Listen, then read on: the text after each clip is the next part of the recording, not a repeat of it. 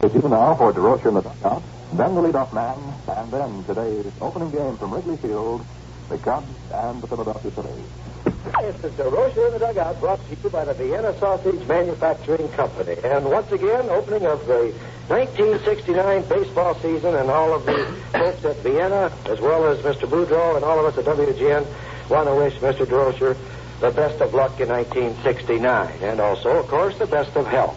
Leo, is this the best first-line ball club that you have fielded for an opening day as a Cub manager? Well, it is, Lou, and we've come up here now from spring training, I think, in the best physical condition since I've been with the Cubs. I mean, the overall, outside of Doc Phillips, the overall physical condition of the ball players themselves personally are an A1 health, and if they're not ready to go now, they never will be. Do you think you have enough to take over the Cardinals, who are picked by all the experts to win our division? Well, I don't know, Lou. I'm not going to predict, but I know one thing. We got a good ball club, and I'd like to be a little stronger, naturally, as a lot of clubs would be, possibly in the pitching department or in right field. But I think that we've got a good, solid ball club. I know our front line is real good.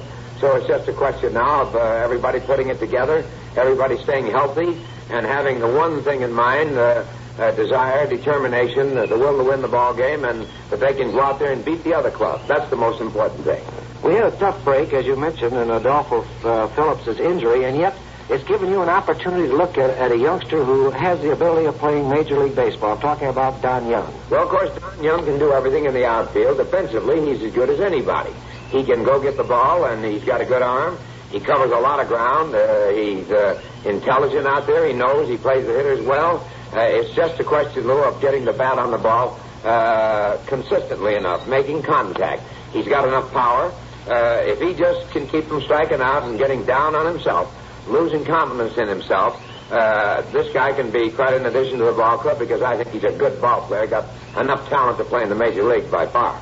Who's going to be your starting right fielder today against Chris Short? Well, I'm going to have Hickman out there because, after all, they're pitching the left-hander, and I'm going to put the experienced man out there. If they were pitching a right-hander, I would have gone with Spangler. This has been the problem of the ball club thus far, that one position, hasn't it? That's right. Nobody wants... You know, Lou, it used to be, when I first came here, they talked about Santo and Williams. Now they talk about Santo, Williams, Beckett, Kessinger, Hundley, Phillips, Jenkins, Holtzman. In other words, they want all our frontline players. In other words, give them 4 or 5 for one. And we're not going to do that. We didn't tear this club down and start from the bottom and build it up to where we have it now to go and give these players away. We're not going to make any deals unless we think it's going to benefit this ball club. That was DeRocher in the dugout. Skill Orbital Sander Kit, just $24.88 at most Ace Hardware stores. Check the yellow pages for the store nearest you.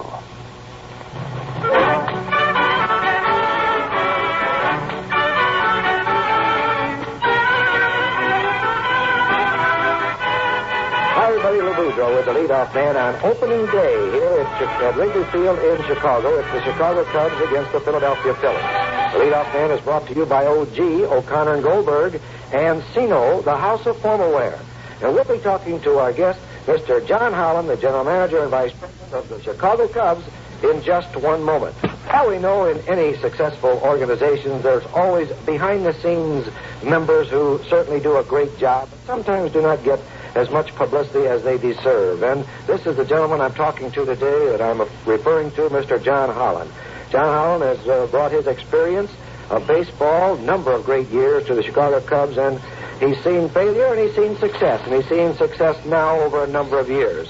And, John, do you think this is the best Cub team that you have fielded to start a Major League season? Lou, I think this is the best front line that we've ever had during the period that I've been here, and I think several years back. I'm sure you can recall back in 1960 when you were running the club and we brought up Santo and Williams. They were just babies then. Mm-hmm. These fellows, along with the rest of the boys now, have matured, they've developed, and they're ready to really contend for the championship. It takes a lot of patience, doesn't it, to stay with a youngster, and we know the ability that he has, but it just takes a number of years for them to develop.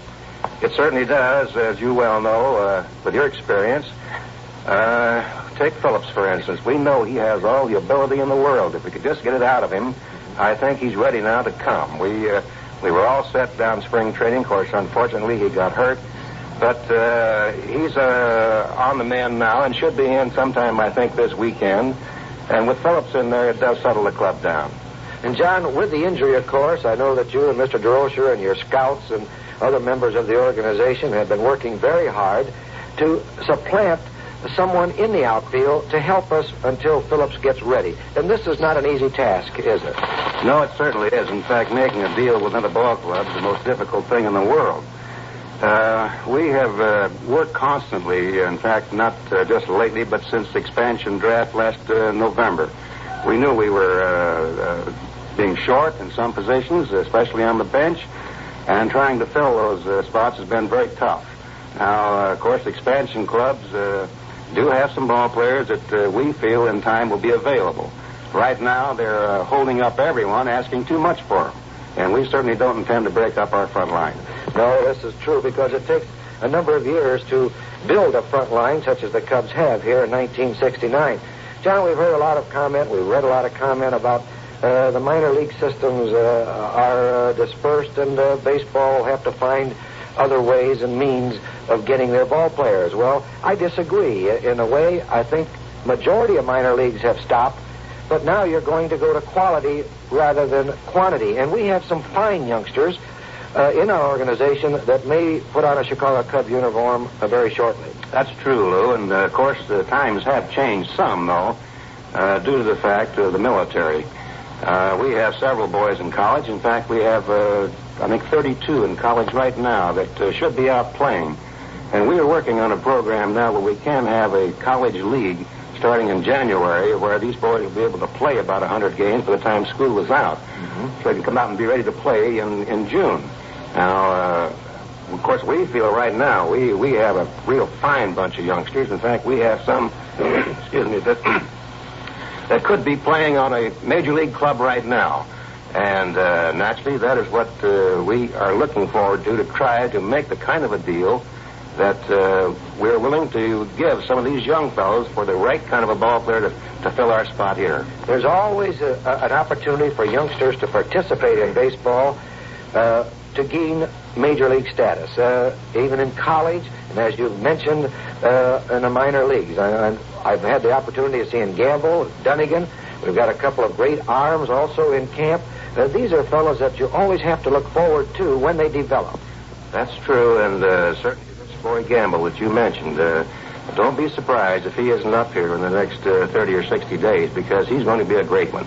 Well, let's hope we get off to a fine start. I think this is the first time in my memory in broadcasting with WGN and Cubs games that we've had this long a homestay at the beginning. That's right, Lou, and of course our fans have been very patient, as they all have, and we certainly hope this is the year we can reward them. Well, I'm quite sure that this is the year. You've always had a thrilling team here at Wrigley Field, and the makeup of the ballpark is one that endeavors the fan to have the closeness feeling to ball players, and this is something that we're losing with these big stadiums, John. You're so right, Lou. These new ballparks, these big stadiums, you're so far away you can't see the numbers hardly. Well, this is true. We're talking to Mr. John Holland, Vice President, General Manager of the Chicago Cubs, and you've heard him mention some of the youngsters that we're looking forward to and bringing up to the Chicago Cub organization if needed. You heard him mention about the trades that they're trying to improve the Cubs as we go day to day into this 1969 season. And you also heard him mention that this is the best fielding starting nine, except for the injury of Adolfo Phillips for the Chicago Cubs. We're very happy and honored to have John with us as our guest today and want to thank him very much for appearing on our leadoff man. Wow! Let's go!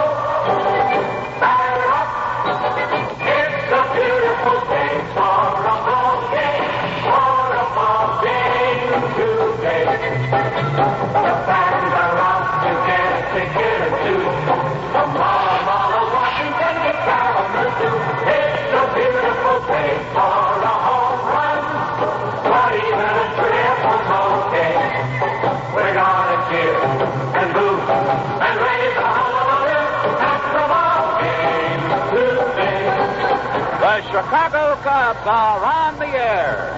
Good afternoon, everyone, and welcome once again to Major League Baseball opening day festivities here at Wrigley Field. as we get the lid lifter under beautiful weather here in Chicago. A rather cloudy sky, but no threat of rain in the air. Very warm temperatures. It's more like a midsummer afternoon. And a tremendous turnout here. It'll be standing room only at Wrigley Field this afternoon. You tell me baseball is dead. Huh. They started filling up the bleachers about 8 o'clock this morning. And when they opened up the gates before the scheduled time of 10, the streets around Wrigley Field were absolutely jammed with people. And they're here for a good time today. Right now, Eddie Munzel, veteran baseball writer of the Chicago Sun-Times, is set to throw out the first ball. And he hits Randy Hundley with a strike. Eddie had done a little warming up along the sidelines earlier. Most of these festivities have been concluded, with the exception of the opening day pitch here by the great writer for the Chicago Sun-Times and president of the Baseball Writers Association, Edgar Munzel. Jimmy Durante, beloved by everybody, one of the great names in the entertainment world, was honored by the Chicago Cubs for his long devotion to the game of baseball, and he made a brief speech wishing the Cubs good luck. The umpiring crew is now out at home plate with manager Bob Skinner of the Philadelphia Phillies meeting Ron Santo, the captain of the Cubs, with today's umpiring crew. I'm Vince Lloyd, and along with Lou Boudreau, we welcome you to our broadcast from Wrigley Field this afternoon. Today's game is brought to you by the Saved by Mail leader, Oak Park Federal Savings, 1001 Lake Street in Oak Park, Illinois. The G. Heilman Brewing Company, makers of pure brewed old style. By the Serta Mattress Company, Serta, makers of the perfect sleeper, Imperial. By Martin Oil Service, Martin, the Midwest leading independent gasoline chain. And the 13 Chicagoland Montgomery Ward stores. Your Chicagoland Buick dealers, the most friendly fellows in the automobile business. We'll give you these batting orders. And for the visiting Philadelphia Phillies, a rookie, Larry Heisel, leading off, Heisel in center field. Batting second and playing in left field, Ron Stone, another newcomer. Batting third and playing at first base, an unaccustomed position for the veteran, Richie Allen. Playing at third base and batting cleanup, Darren Johnson. Batting fifth, playing in right field, the veteran, Johnny Callison. At second base, hitting sixth, another veteran, Cookie Rojas. Batting seventh, playing at shortstop, young man who figures to be around the Phillies and in the major leagues for a long time. He has exceptional fielding skills, Don Money. Doing the catching and batting eighth for the Phils, Mike Ryan. And the pitcher, a big left-hander who won 19 ball games last year and beat us 2 out of 3, the veteran Chris Short. And for the Cubs today, Don Kessinger leading off at shortstop. Glenn Becker, who hit a home run against these Phillies 2 years ago on opening day, will be at second base batting second. Billy Williams in left field hitting third. Ron Santo at third base batting in the cleanup spot. And Ernie Banks with 474 career home runs, all in a Cub uniform. Batting fifth, playing at first base. Randy Hundley doing the catching. Jim Hickman will be in right field. Hickman batting seventh. And a rookie, 23-year-old Don Young, playing before a packed house today in his very first start on opening day in the major leagues. You can be sure of one thing, Mr. Young has got some butterflies. The pitcher, a fellow whom the Cubs acquired from the Philadelphia Phillies, who for the last 2 seasons has posted 20 or more victories for the Chicago Cubs, a big, likable right-hander, Ferguson Jenkins. The umpiring crew still at home plate right now with the sun shining brightly. Tony Benson working behind the plate. Frank Sikori at first base. Paul Pryor at second. And a rookie umpire working at third base, Dave Davidson.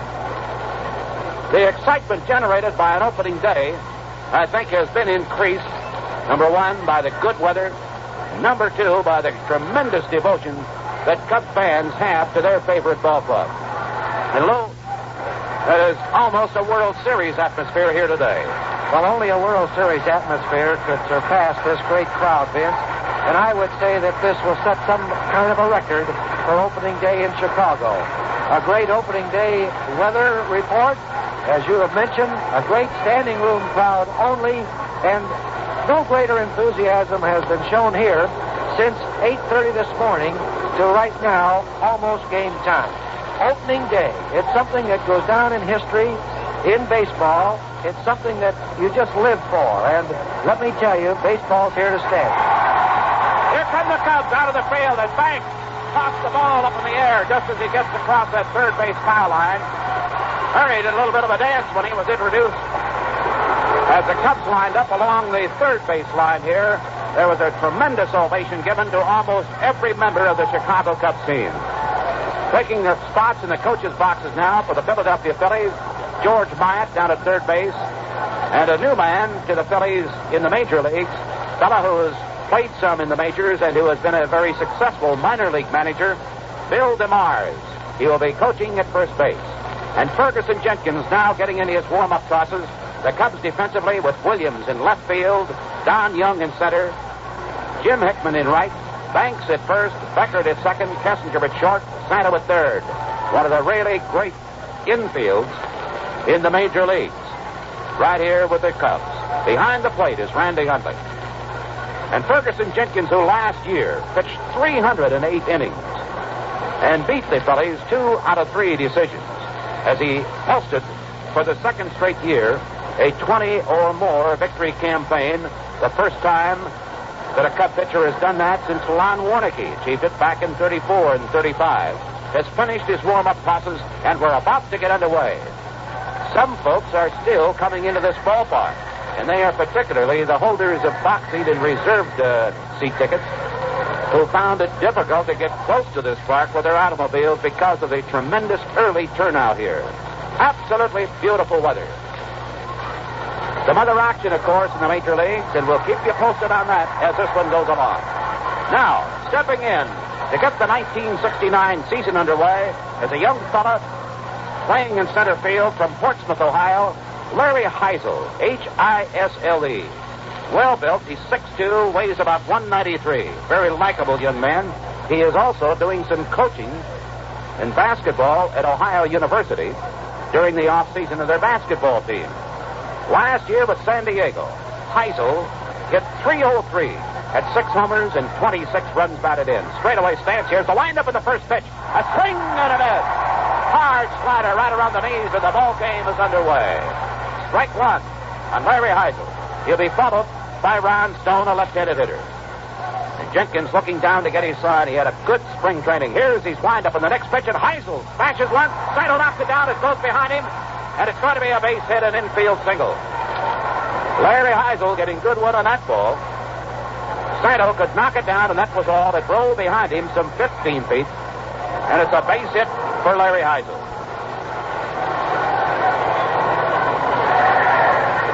Now 26-year-old Ron Stone. Left-handed batter who with Rochester in the minors last year hit .257. Had 5 homers and 42 runs batted in with Rochester. In the batter's box, and he's up forward. Banks, of course, holding Heisel, who has good speed at first base. Jenkins into the stretch and the pitch. He tries to bunt, gets it down the third base side of the mound. Jenkins picks it up, bobbles it, throws to first. Too late. Jenkins apparently looking a little bit towards second as that ball was bunted about 15 feet off the pitcher's mound of the third base side. Juggled it, and that cost him the play on either runner. Waiting for the official score's decision. It is an error against Ferguson Jenkins. Sacrifice, of course, for the batter, Ron Stone. And the Phillies have a threat with runners at first and second and nobody out. The batter now, right-handed hitting veteran Richie Allen, playing at first base this afternoon. Richie last year pounded out 33 homers and batted in 90 runs. Wears uniform number 15. Deep in the batter's box, but he crowds the plate a little bit. He steps out of the batter's box, and here's a pitch while he is out of there, and it's a strike called. He did not have time called. Beckert had sneaked in behind the runner at second base. Fergie had looked there but did not hesitate from the stretch position, pitched, and Allen has a strike on him. Did a little beefing with Tony Benson on it. Tony said you did not have time called. Here's the stretch in the 0-1 pitch.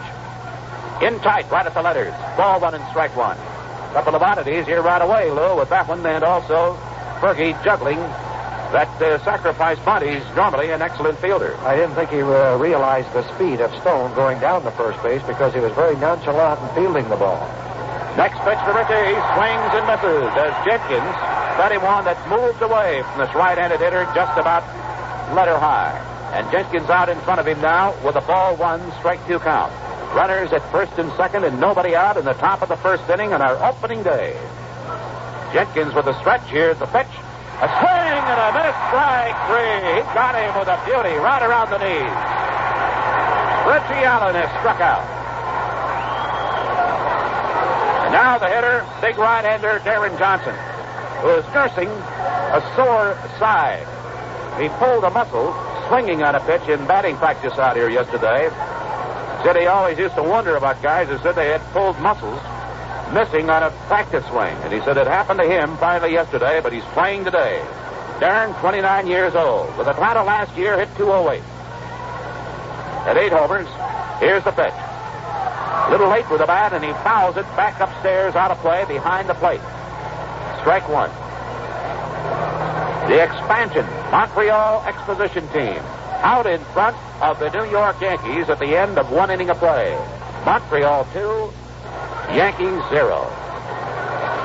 1 game in the American League past 3 innings. Here's the pitch. He swings. Hits one up. He's missed on the catcher's head. It's going to score a run. Base hit into left field. Here comes Larry Heisel to score easily. And Ron Stone stops at second base on the base hit to left field. To the Yankees. Make it the New York Mets. Sorry. Oh, it looked like he hit that one right off the handle of the bat. Yes, Jenkins is good stuff, and don't forget, Vince, that Jenkins' nemesis has been the first inning. So let's hope we can get out of this with no further damage. 1 run is in, 1 out. Runners at first and second, and the batter, left-handed hitting veteran outfielder Johnny Callison. The stretch and pitch to Johnny. He takes outside at the shoulders. Ball 1. Callison, now 30 years old. Last year, had an off year. Hit .244. 14 homers and 40 runs batted in. But a good batter, and this has always been his part. Here's a stretch in the pitch, and Callison picks low, almost into the dirt. Matter of fact, it was blocked by Hundley. Ball 2 to Callison. Fergie trying to be very careful with him.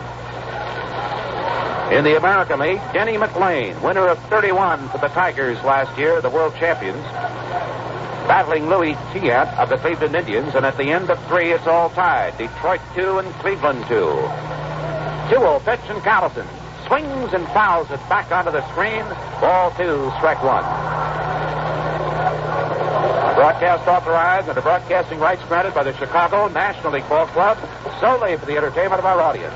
Any publication, rebroadcast, or other use of the descriptions and accounts of the game without the express written consent of the Chicago National League Ball Club is prohibited. 2-1 pitch with runners at first and second. Here it is, and Callison taps it foul. Comes right behind the plate. Ball 2, strike 2.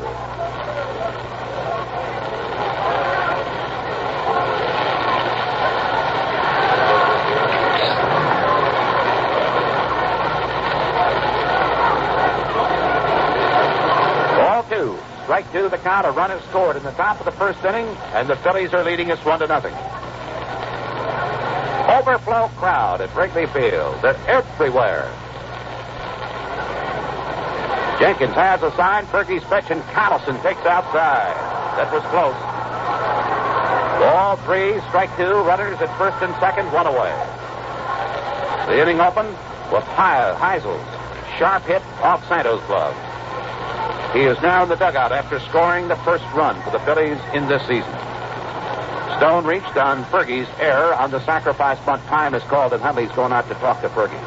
Richie Allen struck out. Darren Johnson singled, hit one right off the bat handle, out into left field over the shortstop's head. Darren is at first base now. Ron Stone is at second.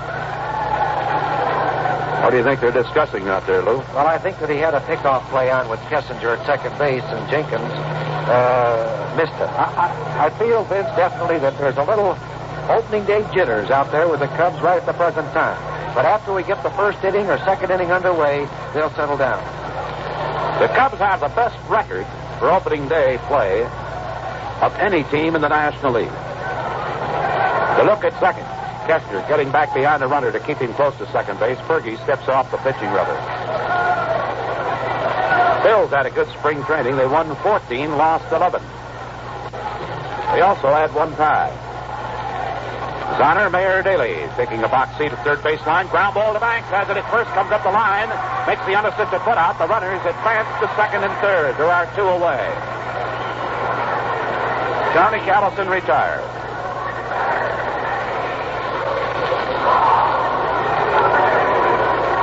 Governor Ogilvy here this afternoon. In the batter's box now, the veteran Cookie Rojas, a very dangerous hitter. He'll be followed by young Don Money. Huntley going out to talk to Fergie. But they might be discussing how they want to pitch to Rojas or whether they want to pitch to him. Yes, he's probably discussing try to pitch around Rojas. He's the veteran. He makes contact with that baseball very well, and he's a very tough hitter, especially with men in scoring position. The Phillies have men on second and third. You'd much rather force Rojas to go after a bad pitch or put him on first base and pitch to the youngster Don Money, who is next in the batting order. Rojas, who like Allison wears glasses, right-handed batter, wind up in the pitch. He taps one, first base side. Jenkins off the mound, has it, throws to Banks. The inning is over. Rojas taps out on the first pitch. Fergie making the play on him. In the top of the first inning at Wrigley Field today, one run on two hits. One error, and two men left on the bases.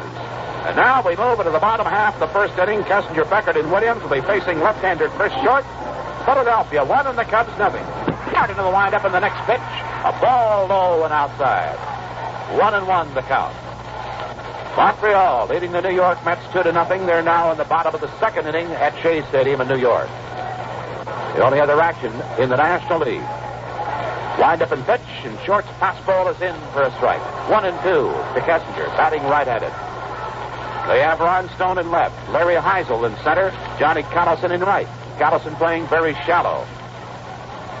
Richie Allen at first base. Rojas at second. Don Money at short, and Darren Johnson at third. Breaking pitch.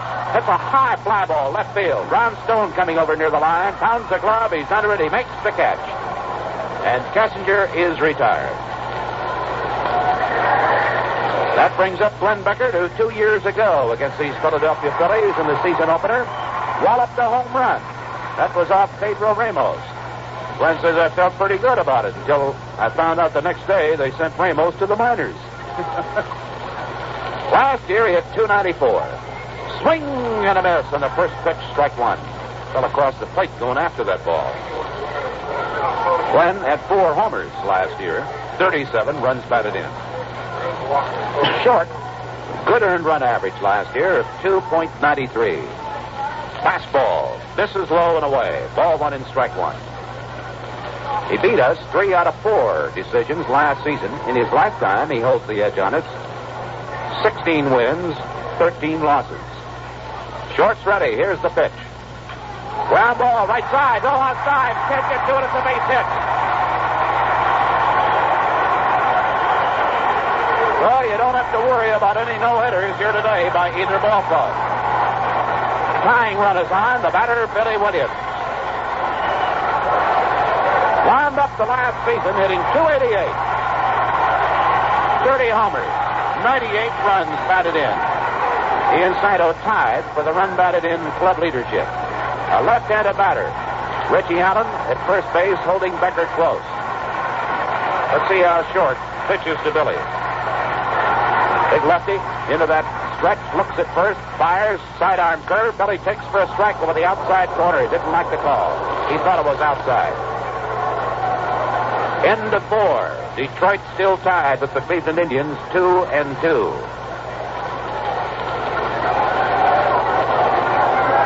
Short ready with the 0-1 pitch to Williams. Here it comes. Fastball. Outside just above the knees, 1-1. Boston playing at Baltimore this afternoon. For the Red Sox, Jim Lonborg. For Baltimore, Dave McNally. It's 1-0 at the end of 2. Boston leading the Orioles. Here the score 1-0 Philadelphia. 1 out, 1-1 pitch. Williams goes after the curve, misses, and let me tell you, Lou, that one really exploded. Yes, he's got a very fine curveball. I think he's worked on it this spring. And not only does he throw a very fine curveball, but he has exceptionally great control with it, especially to left-handed hitters. He has more confidence throwing it to left-handed hitters than he does to right-handed hitters. Out in front of Billy, 1-2, the outfield deep boy. Here's a stretch in the sidearm curve, a bouncer fouled on the first base line. 0-1 strike 2, and Becker retraces his steps getting back to first base. In that Montreal-New York Mets game, it's Grant going for Montreal, under the leadership of Gene Mock, who had been the skipper of these Phillies until Bob Skinner took over. And for the Mets today, Tom Seaver, one of the brilliant young pitchers in the major league. 1-2 pitch to Williams. Saddle in the on-deck circle. 1 away. The stretch by Short. Here's the pitch. Curve. It breaks outside. It's not throw to first. He dives back in just in time. Let me tell you, that was a fine pick-off attempt by Mike Ryan, the catcher. Becker did a dive back in head first. Now the count on Williams is 2-2. They got a run on 2 hits and an error in the top of the first inning. Short is ready. Looks at first, kicks, pitches. Breaking ball way outside. It was not close. And that time he came a little more overhand with it. Now the count is full. We'll watch Beckert at first base. 3-2 pitch. Standing room only at Wrigley Field. Opening day. Here's the 3-2 pitch. Curveball, he swings, the drive deep down the right field line. It's a foul ball. Boy, he gave that one a ride, but he got out in front of it just a little bit too much as Short threw that curve a little bit slower than Billy was anticipating. Well, this is the reason that pitchers like to stay ahead of hitters. With the count a strike and no balls, he could throw that curveball where he wanted it. Got ahead 2-0. Now with the count of 3-2, he eased up on the curveball, trying to place it over the plate, and you see what Williams did with it. Again, the scratch in the pitch. Fastball low, ball 4.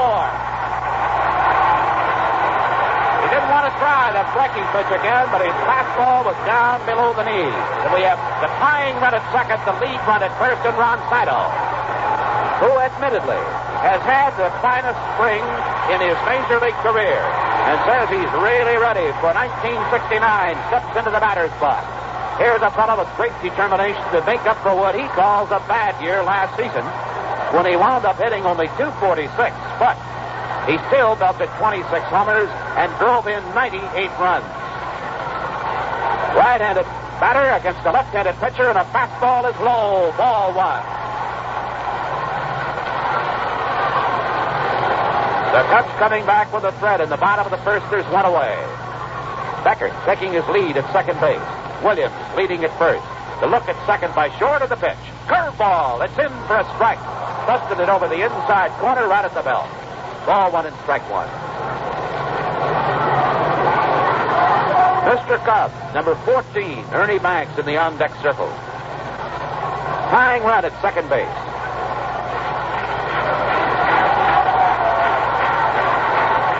Sato, wearing number 10, levels the bat. Short is into the stretch. Looks at second, kicks, fires. Ground ball. Back at third. Johnson has it. Goes to second to Rojas. The slide takes him out of a potential double play. We have runners at first and third. Williams out at second on a fine play by Darren Johnson. And Billy Williams rolled into Rojas hard. Prevented any possibility of a double play attempt.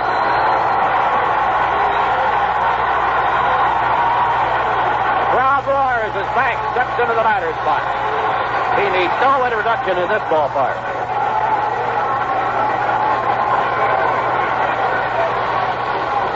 First pitch to him is a ball, too low a fastball, blocked nicely by the catcher Mike Ryan. Runners at first and third with 2 away. Sato on to the fielder's choice. Banks, 32 homers last year, and 83 runs batted in. 1-0 pitch. Curve, it's low and inside. Well, he missed low with a fastball, missed with a curve. What do you think he's going to try now, Lou? Well, I think he'll come back with his good fastball, Ernie, and try to keep it away from him. Of course, Ernie, this spring has been taking advantage of the outside pitch by going with that pitch to the opposite field and into right field. He has several hits to the opposite direction. The outfield is playing him to pull. Here's a stretch, 2-0 pitch, curve, and it's in there for a strike. Threw it a little faster that time. Ball 2, strike 1. Like Santo, Banks last year wound up with a batting average of .246. He had more homers than Ron, but Santo batted in more runs. Beckert at third with the tying run. Santo at first, 2 away. 2-1 pitch. Swing and a miss. Looked almost like the slider. Yes, I think it was. And I think he took a little bit off of that pitch as it dipped away from Ernie. And it had fooled Ernie because it was the first time he's seen that pitch. I hope he won't be fooled on another such as that one.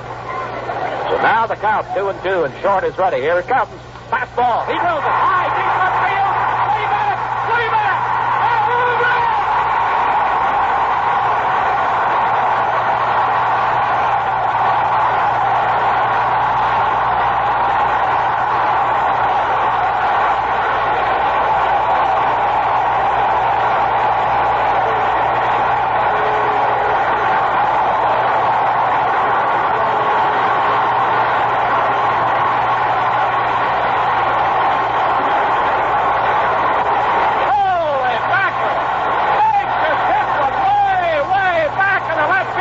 The first home run of the year at Wrigley Field.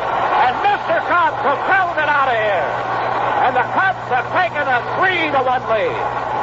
His 475th homer. Hunley, it's a ground ball off the arm of Darren Johnson. He's going to be on at first base.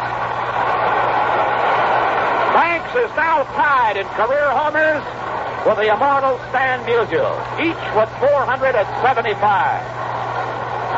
An error charged against Darren Johnson on the ground ball off the bat of Randy Hunley. And Jim Hickman steps into the batter's box. Big right-handed hitter.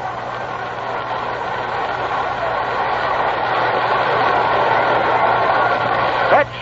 Jim is a ball low. Well, if nothing else happened here today, Lou, these fans have had their kicks seeing Mr. Banks built one out his first time at bat with 2 men on. The old veterans coming through again, as usual. Swing and a tap foul and a sharp breaking curve to Hickman. 1-1 to Jim. This is his 4th opening day. His others were with the New York Mets. Did not get into an opening day contest when he was with the Dodgers.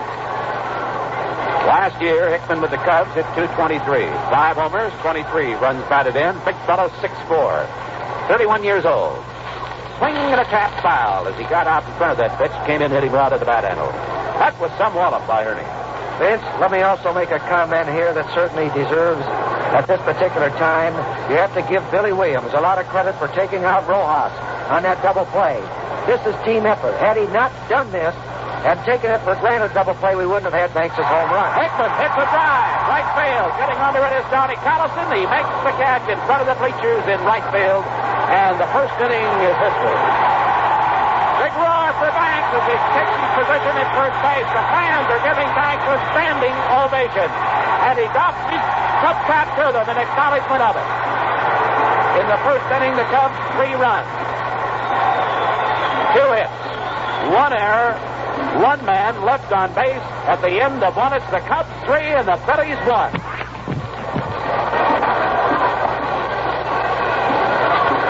Well, we've had a lot of excitement, and it's only the end of the first inning. Don Money, right-handed batter, shortstop, is going to lead off. Last year with San Diego, he hit .303. 21 years old, 6'1", weighs about 180. He had 9 homers with San Diego last year and drove in 59 runs. Steps out of the batter's box as Fergie was looking down for quite a while. He'll be followed by Mike Ryan, the catcher, and Chris Short, the pitcher.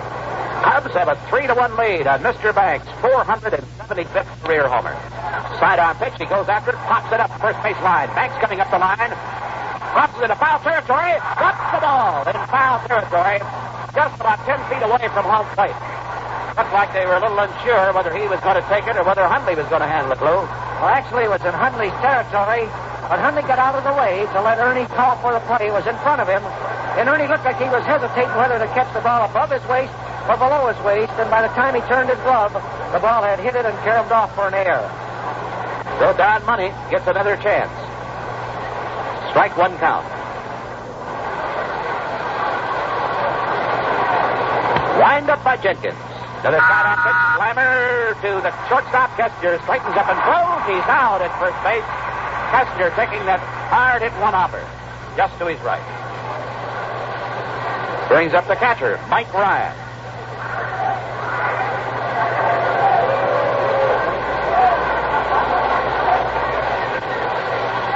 They gave up catcher Clay Dalrymple to Baltimore for outfielder Ron Stone. They're a little short in the catching department. Ryan is a fine defensive player, but he certainly lacks hitting credentials. Swings and misses at the first pitch, a right-handed batter with an open stance. Holds the bat high with the right shoulder. Takes his pitch in too close at the letters. Chris Short will follow him in the batting order. Cubs leading 3-1. Last year, Ryan hit just 179 with one homer and 15 runs batted in. Swing and a miss. Strike two. Abe Leonard pitching for Baltimore, replacing McNally in the third inning. Boston has taken a 2-0 lead in the bottom of the third. A swing and a miss. Strike three. Mike Ryan is retired. 2 away. Chris Short will be the batter. And now let's pause 5 seconds for station identification. This is the WGN Chicago Cubs Baseball Network. And this is WGN Radio Chicago.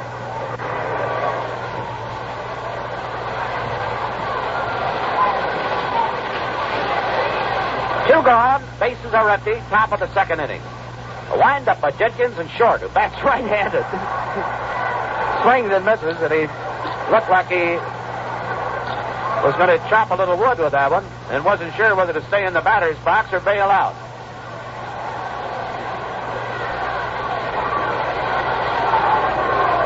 Here's the next pitch. He looks at a strike.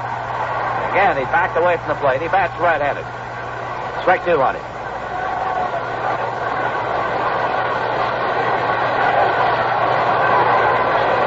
Wind up by Fergie. Short takes outside. He wasted at 1 and 2. New York Mets came up with 3 runs at the bottom of the second inning to lead Montreal. Mets 3, Montreal 2, and now McGinn is come on to pitch for Montreal. 1-2 delivery. Short takes low and outside. It's into the dirt. 2-2. Detroit out in front of the Cleveland Indians. Detroit 4, Cleveland 2 at the end of 5, and now is a pitch. He is called out on strike. That retires the side. Al Kaline hit a 2-run homer in that 5th inning for the Tigers to give them that 4-2 lead. So 2 strikeouts in the inning by Ferguson Jenkins. 3 up and 3 down. At the end of 1.5 innings of play, the score at Wrigley Field remains the Chicago Cubs 3, Philadelphia 1. Young. Rookie outfielder goes after the first pitch, leading off the bottom of the second, taps out to the second baseman, Cookie Rojas. Don admittedly was very nervous in his first major league start of opening day. 23 years old, a fine defensive player. Big hand now for Ferguson Jenkins. Moves into the batter's box. His wife Kathy out here today to watch her hubby perform. Quite an honor, of course, for a pitcher to get that opening day assignment. Fergie has really earned it. Short's first pitch to him. Checks his swing and a sharp-breaking curve low and inside. Boston picked up a run in the top of the 3rd inning at Baltimore, and it's now the Red Sox 2, Baltimore nothing. Lonborg pitching for Boston. Fastball low and inside, ball 2. And Al Kaline is at a 2-run shot for the Detroit Tigers on behalf of Denny McLean. 2-0 pitch with 1 away. He's taking, it's a strike. Or a ball inside, ball 3. no strikes. Banks has given the Cubs a lead with a 3-run homer in the first inning. 3-0 pitch. He takes in too close, and Short is really doing a burn. He comes off that mound to the grass, and he's barking at plate umpire Tony Vincent. Snaps at that ball as back round his catcher throws it back to him. He missed him too close, right at the waist. 4 pitches. He has walked Ferguson Jenkins. That's one thing a pitcher hates to do. Walk his mound opponent. Welcome out here today to some wonderful sports fans and good restaurateurs in Chicago. Lou Malnati, Sue Cotter, Jim Janik, Cafe Bohemia. Switch in the pitch. Kessinger in there. He takes the ball too low. Ball 1.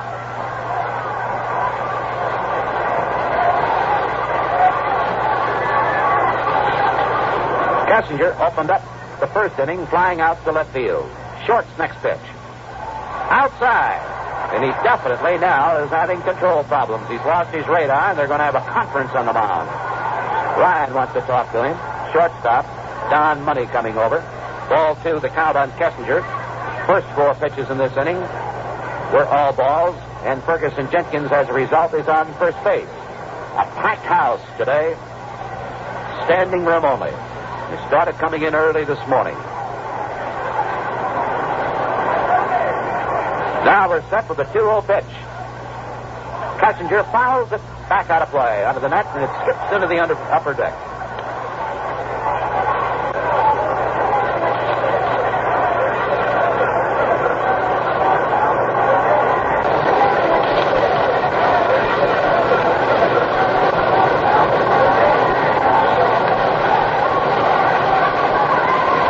Left-hander is ready. Looks at first base. Kessinger takes outside. Now that time Allen was back on first base, and Jenkins had a pretty good lead. But he elected not to throw over there. Lonborg is out of there at Baltimore now. Lee Stang has replaced him in the bottom of the 3rd inning. Kessinger's technique hits the strike. Ball 3, strike 2. Bellinger hit a home run for Baltimore in the 3rd inning with nobody on. They're still batting. It's now Boston 2, Baltimore 1 in the 3rd. Kessinger pops his pitch up. Coming up the third baseline is Darren Johnson calling for the ball. He's got it. And Fergie, of course, holds at first base. Kessinger popping up to third. Brings up Glenn Beckert, who singled in the first inning. Got a base hit past Rojas, and then scored on Ernie Banks. Home run, way back into the bleachers. Left center field. Short ready. Beckert takes the strike.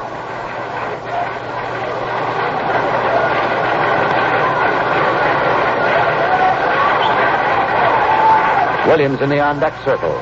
2-away. Cuts 3. Phillies 1. Here's the pitch. It's a ball outside. Pre-game ceremonies here today. We had the band of Chicago's Loyola Academy in Wilmette, Illinois. They represented the state of Illinois at the inauguration recently of President Nixon. 1-1 pitch. Beckert taps it foul. On the line of the plate in third base. They're under the direction of Mr. Ken Bartos. Jimmy Durante participated in the opening day ceremonies. The Cubs honored him, and he paid a tribute to them. Governor Ogilvy here today. 1-2 pitch with 2 away. Beckert hammers one. Base hit into left center field. Jenkins round second. He's going to go to third. Here's the throw. He slides. He is out at third base. On the throw from Larry Heisel to Darren Johnson. Jenkins trying to go from first to third. He is cut down. And that retires the side. In the second inning for the Cubs, no runs. 1 hit, 1 walk. There were no errors. 1 man left on the bases. End of 2 on our opening day at Wrigley Field before a jam-packed house. Cubs 3, Phillies 1.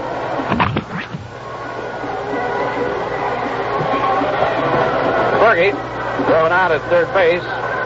to retire the Cubs in the bottom of the second. Now on the mound getting in his warm-up tosses. We want to acknowledge a few of the many wires and notes that have been sent up here. There's no way we can acknowledge them all. But certainly, Lou, we'd be remiss if we didn't wish publicly a happy birthday to our good boss and great sports fan, Ward Quall. And our thanks to him for his fine wire for us and wishing the Cubs, of course, great success in this season. I don't believe there's a more finer gentleman alive, Vince, nor a more loyal Cub fan than Ward Quall. He chews those fingernails out here, let me tell you. He's here in person this afternoon. Top of the batting order for the Phillies. Larry Heisel, the center fielder, bumps his pitch down the third base line. Santo charges in, bare hand, pick up and a throw, and he's out at first base. Santo,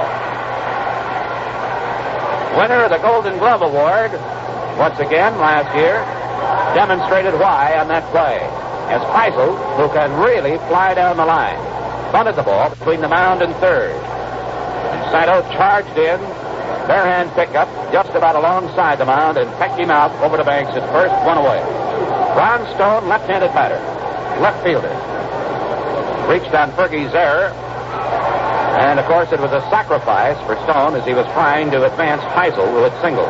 He fouls the first pitch back of the plate. Strike one. So officially, Stone has not been to bat yet today. He takes it's a ball, then too close, 1-1. We want to wish a very speedy recovery to a wonderful lady who's been associated with baseball all of her life. Mrs. Rogers Hornsby, who is recuperating at Passavant Hospital here in Chicago. Hope she'll be back out in a hurry. Pitch to Stone, a ball. Ball two, strike one.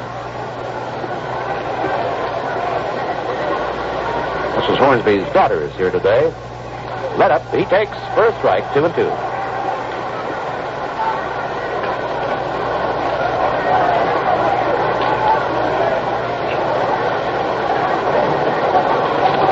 Fergie gets his sign, works quickly, 2-2 pitch, drill, deep right field. Hickman racing back towards the lines, onto the warning track, leaps up and he grabs it.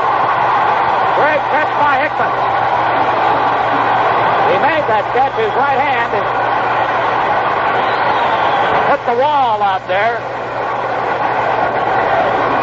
And that had to hurt a little bit, Lou. Yes, he scraped it against the wall, but let me tell you, that was a fine catch by Hickman because it was hit well, a line drive. He didn't have time to move under the ball. And an outfielder has to run back quickly, keep his eye on the ball, and forget about that wall. That's exactly what Hickman did. There are two gone as Richie Allen, who struck out in the first inning, is in the batter's box. Fergie with 3 strikeouts so far today. Slider to Allen, misses outside and low, ball one. Appreciate the wire from a good friend, John Kell. Bring the Cubs home this year. Sure hope we can. Foul ball. Spins into the Philadelphia dugout behind first base. Richie with a count of 1-1. Gordy Rosenberg, another devoted sports fan in Chicago. Sends a wire to the Gold Dust Twins. A big mazel tov on a new year. Let's hope the Cubs win in 69. Thank you, Gordy. Yes, sir. Mazel tov to you. Allen, it's a high fly ball to Williams in left field. Billy cantering in under it. He's got a beat on it, and he makes the catch. 3 up and 3 down. And Fergie now has really settled down. At the end of 2.5 innings of play at Wrigley Field, the score. Cubs 3, Philadelphia 1. On the bottom of the third, and the first pitch to Billy is strike. He drew a walk first inning. Ground ball past the pitcher, Chris Short in the center field for a base hit. Billy Williams gets his first hit of the 1969 season. A single, first base side of Short. He couldn't react quickly enough to knock it down. Well, now we see what I would term poor base running by Jenkins in the second inning. Cost us a run. With 2 outs, Jenkins tried to go to third on the single by Beckert to center field. And, of course, you can't blame the coach at third for that one because the base runner coming up from first to second has that play directly in front of him. It's his judgment on it. Santos swings. Ground ball off the chest of Johnson. Tries to pick it up. Finally does. Throws to first in time. And Johnson, hopeful, I'm sure, Lou, of starting a double play with that hard-hit smash, took his eye off the ball momentarily, and that cost him a possible double play. Yes, indeed, and I'll bet you his right hand stings a little bit from that ball. It was hit very hard. And to sand for Mr. Banks. Ernie with a 2-2 count on him in the first inning. Drilled a line drive homer deep into the seats in left center field. And it's given us a 3-1 lead. Now he's at bat with Williams at second and one away. Pitch by short. Breaks down and in sharply. Bounced out of the mid of the catcher, Mike Ryan.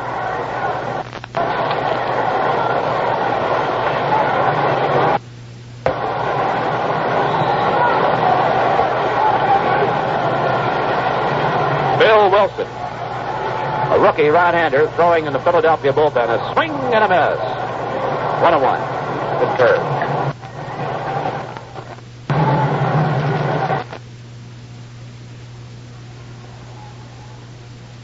One out. One on. Look at second. And a drive high deep left field. It could be. Back against the wall. Goes the outfielder. Another home run for Ernie. Oh, man.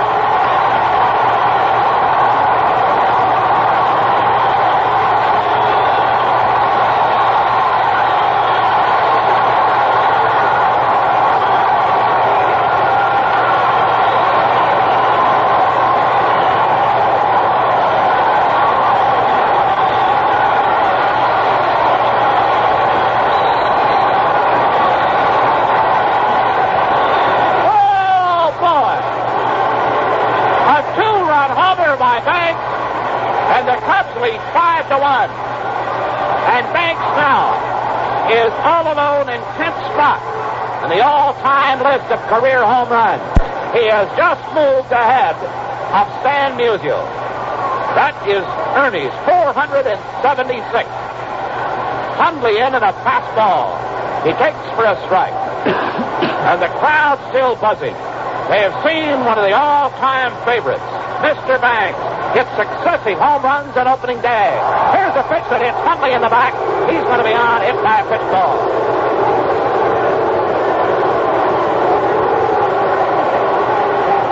Hundley drops the bat, trots down to first base.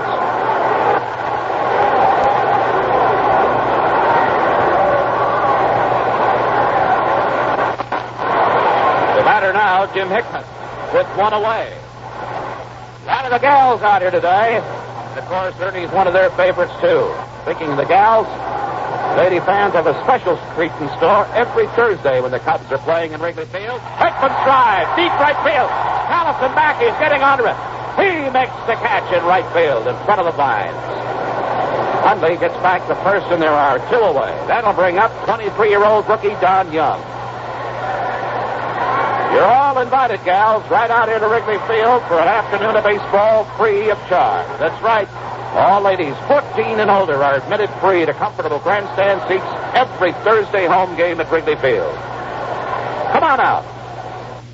Young takes the first pitch low, ball one. The Cubs this Thursday will be playing these same Phillies, and game time will be 1:30. Hope to see you here. A stretch by short, the left-hander. Young swings and misses. A throw to first. And Hundley is called out at first base. Reggie Allen put the tag on him. He tried to dance around the first baseman, but he couldn't do it. And that retires the side. Hundley picked off at first base, and the fans are going to stand and give an ovation to Banks. Ernie again acknowledges it by doffing his cap. He has back-to-back homers, and what a thrill that is here this afternoon. In the third, for the Cubs, 2 runs, 2 hits. Nobody left on base, and at the end of 3 at Wrigley Field, it's the Cubs 5 and the Phillies 1. All right, we're moving into the 4th inning. Lou, come on in. 4th inning, and Darren Johnson will lead off for the Phillies. The first pitch is a called strike. Cubs 5, or should I say Banks 5. And the Phillies, nothing. Banks with a 2-run home run in the third. His second of the day when he opened up this game in the first inning with his home run with 2 men on. 5 RBIs for number 14 today thus far. Next pitch, check swing. The ball is outside. Ball 1. 1-1 to count.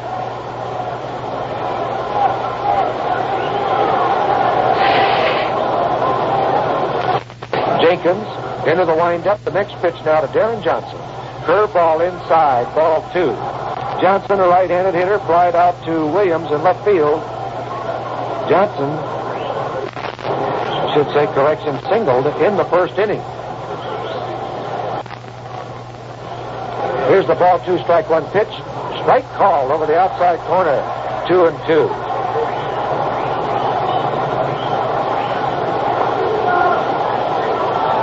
Ball 2, strike 2 the count. Nobody out. Johnson leading off here in the 4th inning. Here's the 2-2 pitch. A swing and a tap foul as he reached out to hit that slider, and he merely just touched it.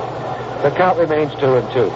Well, Bauer Buick out here with a lot of guests for opening day with his ace salesman, I should say, Bill Calloway, and Calloway's assistant, Mr. George Perry. Don't know who's watching the Graff store in Harvey. Entire Graff family out here, great Cub fans, youngsters. This is Graff. Wally's asleep, but he'll be all right after the 5th inning. Young Steve looks like he's going to be some ball player one of these days, Lou. Yes, indeed.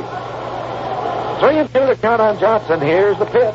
A swing and a foul out of play. The count remains 3-2. He'll have to get those skills from his mother. Not from his dad, I'll tell you right now. In fact, I saw enough of his dad last night. Of course, I liked what I saw. He said he carried your bowling team, and you were just horrible. And he's big enough to do it, too, I'll tell you. Right on his back. Here's the pitch. Swing and a miss. Johnson strikes out. The 4th strikeout by Jenkins. 1 out in the 4th inning. Callison, the hitter. Cubs lead 5-1. Opening day. And what a great opening day crowd we have here on hand. Standing room only. They are parked all over this park. Standing wherever room is available. And let me tell you, there's a lot of youngsters here with the enthusiasm of backing the Cubs and baseball. And Pete Marcantonio has this field in great shape. Here's a line drive single on the first pitch in the center field by Callison. He wasn't waiting. He hit that line drive in the center field for a base hit. His first of the day, the 3rd off Jenkins, and here's Cookie Rojas. It was in the first inning that Rojas went after a Jenkins pitch, a slider outside and low with 2 men on, that enabled Jenkins to get out of the inning with only 1 run scoring. The Phillies had runners on 2nd and 3rd at that time. Let's pause 10 seconds for station identification. This is the WPN Chicago Cubs Baseball Network.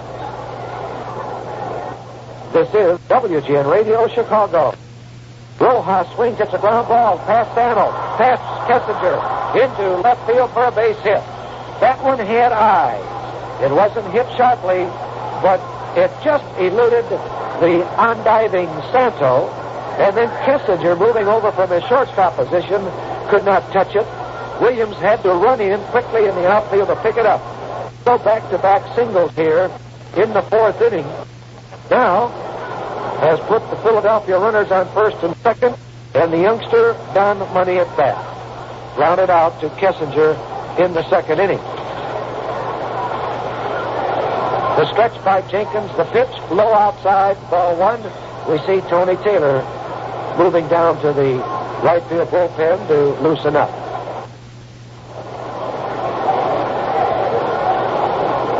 Callison off second base. Here's the pitch. Money swings, pops it up in the short left field. Kessinger going back. Williams coming in. Williams calls for it. He has it. 2 outs. Now Ryan, Philadelphia catcher, due to bat. Cubs out in front on 2 great home runs by Ernie Banks. 5-1. Banks has driven in all 5 Cub runs. 3 in the first, 2 in the third. Back-to-back home runs by Ernie Banks. 2 outs now. Runners on 1st and 2nd. We're in the 4th inning. The stretch by Jenkins. Here's the pitch. Here's a swing and a little foul ball in left field. Williams coming in quickly. Still coming in. He grabs it on the run for the out. 3 outs. So in the 4th inning for Philadelphia, no runs. 2 hits. 2 men left on base. And now with the Cubs coming to bat. In the bottom of the 4th inning, it's the Chicago Cubs 5, the Philadelphia Phillies 1. John Young will lead off for the Cubs in the fourth inning. The first pitch by Chris Short is a fastball outside, ball one. This youngster grounded out to the second baseman in his first Major League appearance here in 1969 for the Cubs. Right-handed hitter. Played in Lodi last year and hit .242. The pitch, a swing and a miss. And the count now, 1 ball, 1 strike. Lives in Aurora, Colorado. Nice-looking youngster. Here's the windup by Short. The left-hander's pitch, a curveball, a swing, a ground ball to the third baseman, Taylor, who has replaced Johnson, and he throws Allen for the out. As Vince mentioned, Allen is playing first, Johnson was playing third, and he has that pulled side muscle, so Taylor is relieved Johnson at third base. He just threw out Young for the first out, and here's Ferguson Jenkins at that. I just went off my diet, good kid. You did? Well, Danny just came up here from Vienna sausage with 2 sandwiches. 2 sandwiches. Each one about 3 feet long. Oh, dear. Here's the pitch. Strike 1, ball 1. That is terrific. Isn't that something? Well, what's corned beef? What's between the bread? Oh, hey, we got 4 of them. 2 corned beef on rye and 2 on the Italian on the There's a swing and a foul into the glove. 1 ball, 2 strikes. And let me tell you, this will be the first broadcast by yours truly trying to eat one of those sandwiches and trying to do a play-by-play. We got enough here for the whole house. Great. Isn't that delicious? I'm glad my diet don't start till Monday. Here's the pitch, a curveball, a swing, a line drive into center field for a base hit. So, Ferguson Jenkins waited back very nicely on that curveball and lined it into center field for a base hit. That is the Cubs' 6th hit. Now here's the leadoff hitter in DeRocher's lineup today, Don Kessinger, who is 0 for 2. Cubs lead 5-0. We're in the 4th inning of play. A stretch by Short. The pitch to Kessinger, low below his knees, ball 1. 1 out. Jenkins on first base. What a great opening day crowd we have here at Wrigley Field. Here's the pitch. Kessler's going to front. He bunts it down the first base line. Ryan off with a man. Fields the ball in front of the plate. Throws to Allen. Kessinger is out. But Jenkins advances to second base on the sacrifice. A very fine bunt by Kessinger. And here's Glenn Beckert, who has 2 for 2 today. So he's opening up the 69 season batting 1,000. Let's see if he can keep that 1,000. Hit right here. Here's the stretch in the first pitch by Short. Strike call over the outside corner. There are 2 outs. Cubs 5, Philadelphia 1. We're in the 4th. Short has a sign. Looks back at Jenkins at second base. Now in the Beckert. And here's the strike 1 pitch. Fastball low outside, ball 1. 1-1 to count.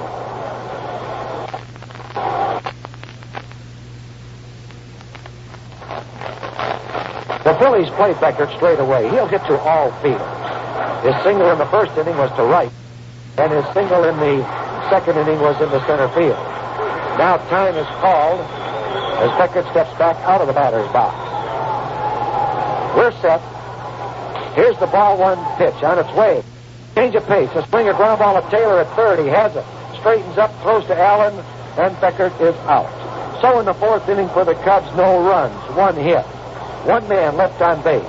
At the end of 4, it's the Cubs 5 runs on 6 hits. The Philadelphia Phillies 1 run on 4 hits.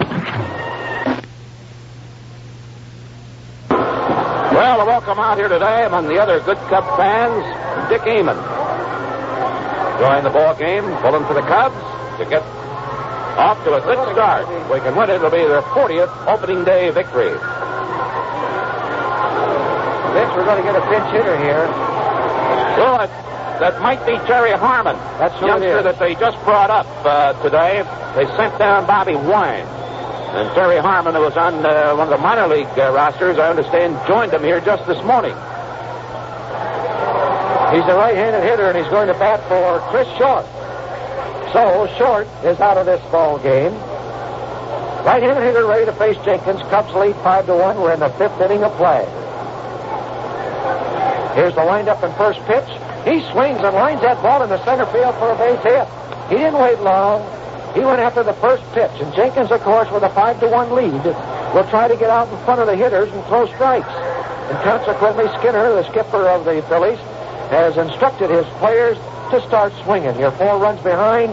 That's the only way you're going to try to catch up. Swing the bat. So here's the leadoff hitter. Heisel at bat. He's 1 for 2.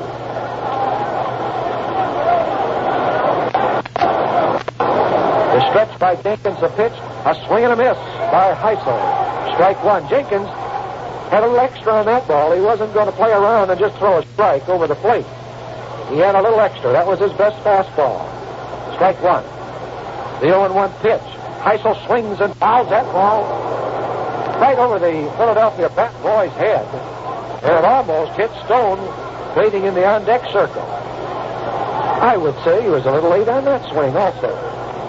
Yeah, Fergie can be awfully quick when he wants to be, can't he? Yes, indeed. 0-2 the count now. He's far out in front of this hitter. Harmon on first base. Nobody out. 5th inning. The stretch by Jenkins. The pitch. High above his head. He wasted it. Ball 1. The Phillies have some youngsters on their roster, and Skinner playing them. The youngster who is now at first base, Harmon. This youngster now batting, Heisel. We have Ron Stone, the next hitter. Here's the pitch by Jenkins. A swing and a miss on a breaking ball that went away from him. A very fine slider. And when that ball is working for Jenkins, he's tough. That's the 5th strikeout for Jenkins. Here's Stone at bat, very fast, left-handed hitter. 1 out.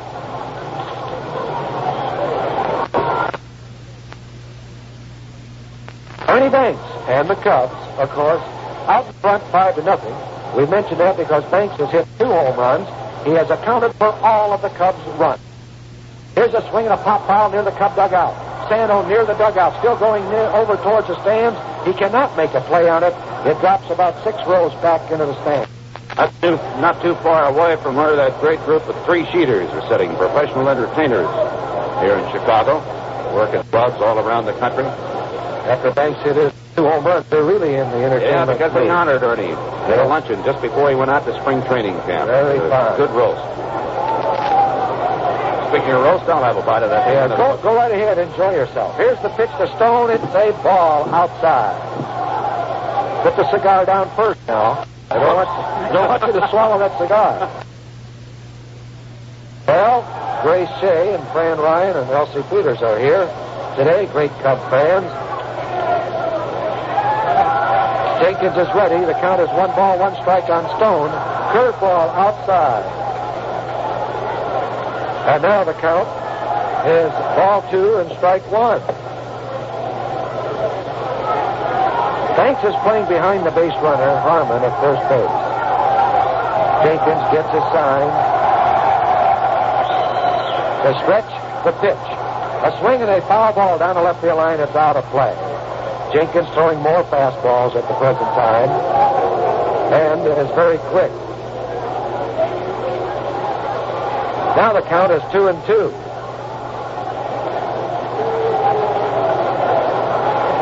Stone, a tall left-handed hitter, levels the bat over the plate. Jenkins ready. Goes into the stretch. The pitch.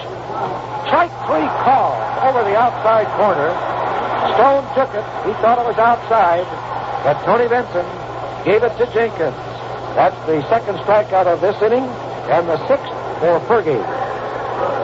Cubs lead 5-1. If you've just joined us, the Phillies got 1 run off Jenkins in the top of the 1st, and then Ernie Banks hit his 475th home run in the bottom of the 1st with 2 men on, and then Banks coming to bat in the 3rd inning hit his 476th home run with 1 man on. A swing and a miss by Allen, strike 1.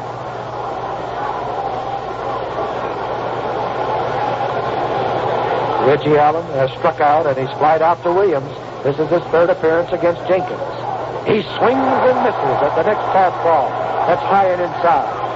Strike two. See who they're just throwing out of the ballpark down there? Wally? Yep. Well, he was caught again, trying to sneak in. Sneaking in and selling something. I don't know what it is he's trying to sell. High, way above Allen's head. They nailed him.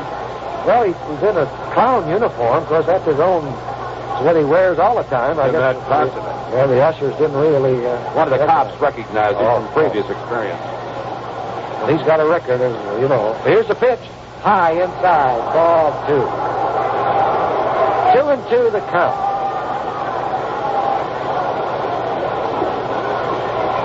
He'll try to crawl back. He never gives up, that guy. 2-2 the count. 2 outs. Allen levels the bat over the plate. Harmon on first base. Here's the stretch. The pitch. A swing and a fly deep into center field. Young is there. He's going back. Reaches up and makes the grab for the out. A very fine play by Young, and this is his first defensive play of the 1969 season, and he handled it well. As Allen hit the ball very sharply to center field. In the 5th inning, for the Phillies, no runs. 1 hit, the leadoff single by Harmon. 1 man left on base, and now at the end of 4.5 innings of play, it's the Chicago Cubs 5, the Philadelphia Phillies 1.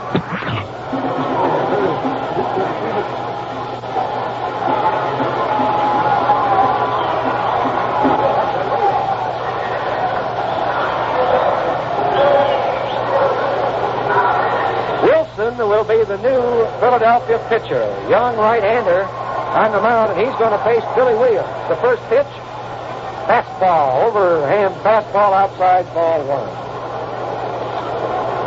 1. Bill Wilson was with San Diego last year. 1-8, lost 6. Here's the next pitch. There's a strike over the outside corner. In 46 games, he's earned an average of 3.44. 56 strikeouts, 38 walks. The next pitch to Billy Williams, a swing and a foul onto the net. Strike 2. Well, we certainly hope that the Glessner family in Amboy, Illinois, enjoying the ball game. Great WGN fans and also Chicago Cub fans. 1 ball, 2 strikes. Billy Williams leading off the 5th inning for the Cubs. The pitch by Wilson. High outside. Ball 2. 2-2 the count. Thus far today, Williams walked in the first inning, and he singled in the third. So he has 1 for 1. Here's the 2-2 pitch. Check swing, and the ball curved inside and low for a ball. So it's a full count, 3-2. Capacity crowd on hand. One of the finest opening day crowds in the history of the Chicago Cubs. Standing room only. Here's the 3-2 pitch. Strike called as Williams took that pitch, and actually it was knee high, and he thought it was low, but to me, I didn't know what the pitch was. Now, from up here, it might have been a screwball or a knuckleball, and if you recall, Vince, Sano asked Williams what that pitch was. Now, this will happen to ball players with a new young pitcher that might come up with a new pitch, and he didn't throw it until he had the count of 3-2 to Williams, and Williams was completely fooled. First pitch to Sano, strike called over the inside corner.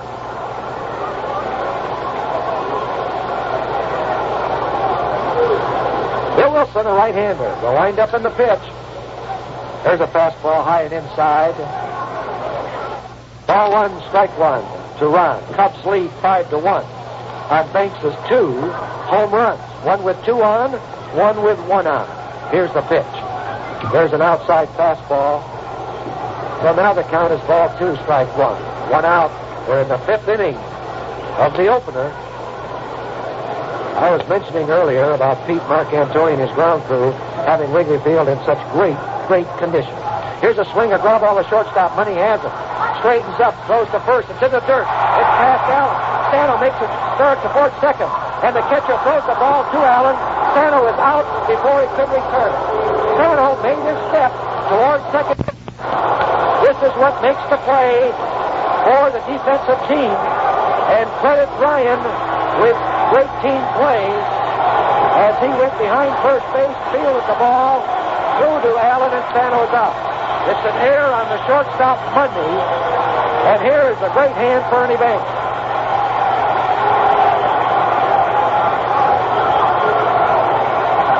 Banks with 2 for 2. The 2 home runs.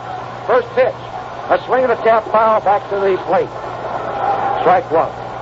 The low throw by the shortstop got away from Allen, but Ryan was there quickly and threw to Allen, and Samuel could not get back to first base safely. He's out. Here's one over Ernie Banks' head. 1-1 to count.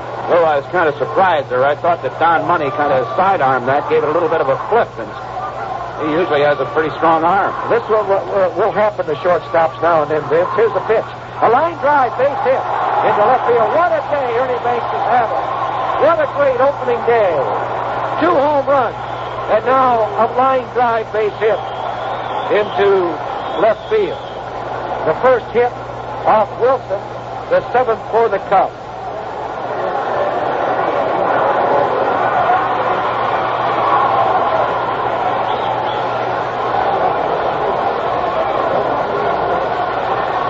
Here's Randy Hundley at bat. Safe on an error by Johnson, who was playing third in the first inning, and he was hit by a pitch. He takes the first pitch high and inside, ball 1. 2 outs. Banks on first base. Hundley, the hitter, looking for his first hit of the 1969 season.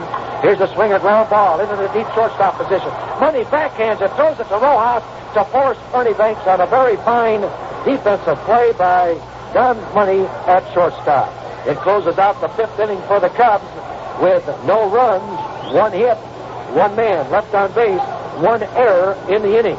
So now at the end of 5, it's the Chicago Cubs 5, Philadelphia 1. Delighted to have back as a sponsor with us again this year Danny Hirsch, president of the Serta Mattress Company.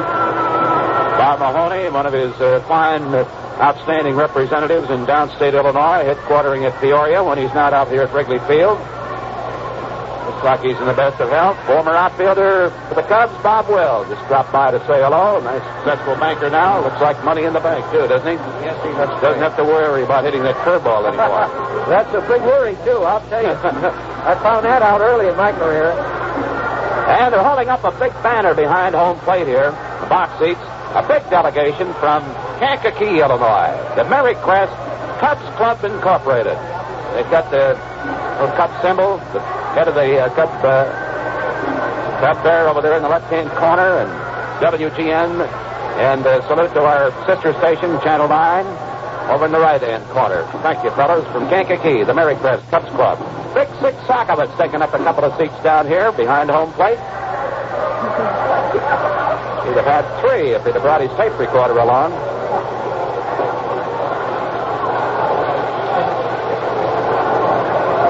Fun and games at Wrigley Field, a standing room only audience on opening day. Jenkins into the windup, Tony Taylor came in to play third base for Darren Johnson, swings and misses at the first pitch for a strike. Tony, several years ago, was in the uniform of the Chicago Cubs as a second baseman. Right-handed hitter, Jenkins, next pitch, slaps it, past the pitcher. Kessinger at second has it. His throw to first in time. Tony Taylor cut down by a couple of steps by Don Kessinger's play from shortstop. Darren Johnson had been suffering from a pulled side muscle, taken out of the ball game. He was 1 for 2, and he batted in their only run so far. Now in the batter's box is Johnny Callison. He's singled in the 4th inning. Tapped out to Jenkins to retire the side in the first inning. Johnny 1 for 2 today. Fergie's first pitch is a ball, a little low. Group of youngsters here today from St. Patrick's Academy.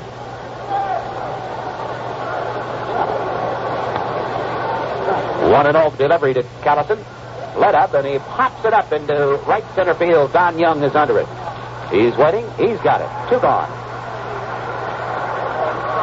Young's second fielding opportunity. His first was a dandy against Richie Allen in the 5th. The haul down his deep drive right near the wall in left center.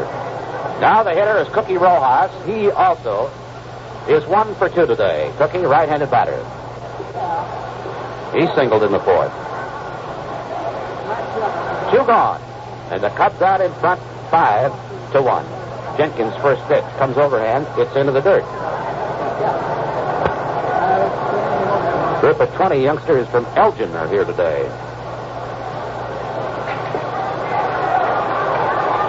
Rookie Rojas takes a strike, 0-2. Minnesota playing at Kansas City in the American League. Hall pitching for the Twins. Bunker, Wally Bunker for Kansas City. Expansion Club. 0-2 pitch. Rojas takes a strike. Oops, the scoreboard it said 0-2. Let me correct it. Because that would have been strike 3. It's got to be 1-2 now. Here's the windup. Tried to put a little extra on it. Missed low and outside. 2-2. Senior Sunday school class, the Mundelein Church of the Nazarene in Mundelein. With their teacher Larry Wright, Pastor Cheryl, and Frank Sellers are attending the Cubs opener today. Ground ball goes to catcher at short. He's got it over the banks in time. Rojas is retired. So are the Phillies. They go down in order. 2 ground balls to the shortstop in that inning. So fans at the end of 5.5 here in our opening day of 69. The score, the Cubs 5 and the Phillies 1. Having his second inning. Hickman has flied out twice to right field. Right-handed hitter, Wilson into the windup. But he almost hit Hickman right at the letters with that pitch in very close. Appreciate the wire from the merchant prince of Halstead Street, Mr. Nate Levin.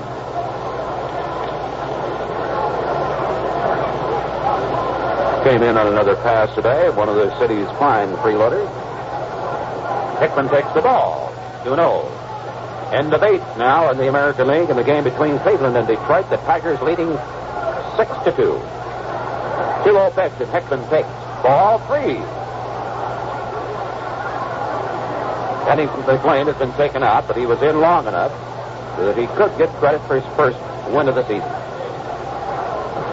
Fastball in, ball 3, strike 1. Hickman taking all the way. Nobody on, nobody out. Cubs have 7 hits. Phillies have 5. Here's the ball that grazed his bat. Dropped right at the feet of the catcher. Ball 3, strike 2. Banks has batted in all 5 runs with back-to-back homers, and Ernie also has a single. End of 4. The game between the New York Mets and Montreal. It's the Mets 6, Montreal 4. Swing and a miss. That went right over that ball. It seemed to sink suddenly just as it got to the plate. His second strikeout.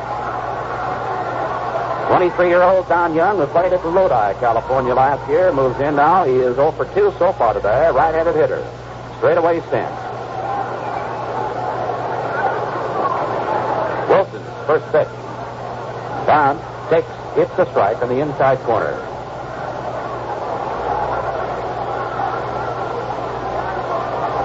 Here's the windup. Checks his swing on a fastball up too high. It's 1-1. Welcome here today. Folks from Montgomery Ward, including John Ford, Chuck Lilienfeld, from Lilienfeld and Company Advertising Agency. Wilson's pitch here. It's strike. 1-2. Final, Detroit 6, Cleveland 2. 1 out, nobody on. Wilson delivers. Young swings, and he just got a piece of that ball, and Mike Ryan couldn't hold on to it. So still 1-2.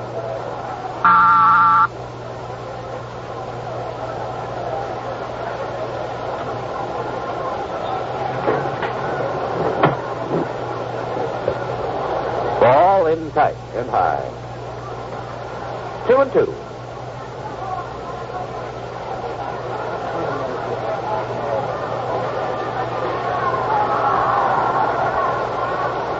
One out. 2-2 delivery. Did he hold up any swing in time? He did. The pitch suddenly came in too low. Don Young had started to go after it, held up. And now the count, ball 3, strike 2. Banks has hit a homer with 2 on and another with 1 man on. 3-2 delivery.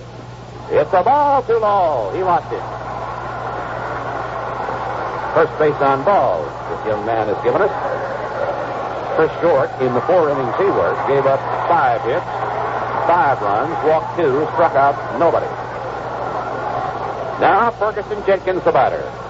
Fergie walked in the second inning on 4 pitches, and he got a base hit in the 4th. So he is having a perfect day at the plate, 1 for 1.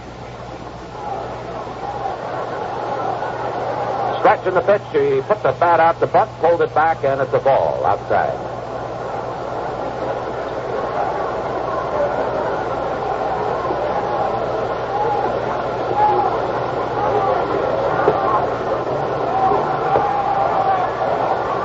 Big lead at first base. Here's the pitch. Jenkins tries to bunt. And he got just a piece of the ball, fouled it, and it came back and hit the catcher, Mike Ryan. Raised him a little bit, and it might have got him on that bare hand. I believe it did. And he is now walking out towards the pitcher's mound, working the fingers of that right hand. The trainer is coming out of that Philadelphia dugout. That one had to hurt, Mike Ryan. They're a little short in the catching department anyway. Let me tell you, those babies can really sting. Yes, I remember when I started out as a catcher, Biff. Yeah? That's why my fingers are all in a nub-shaped form. Shaking hands with a sack of peanuts. That's right.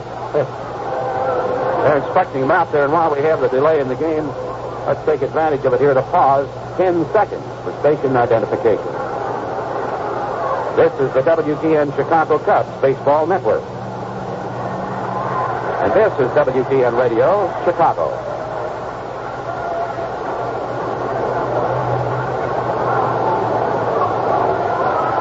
Vince Lloyd and Lou Boudreau here with you at Wrigley Field in a standing room only crowd on opening day.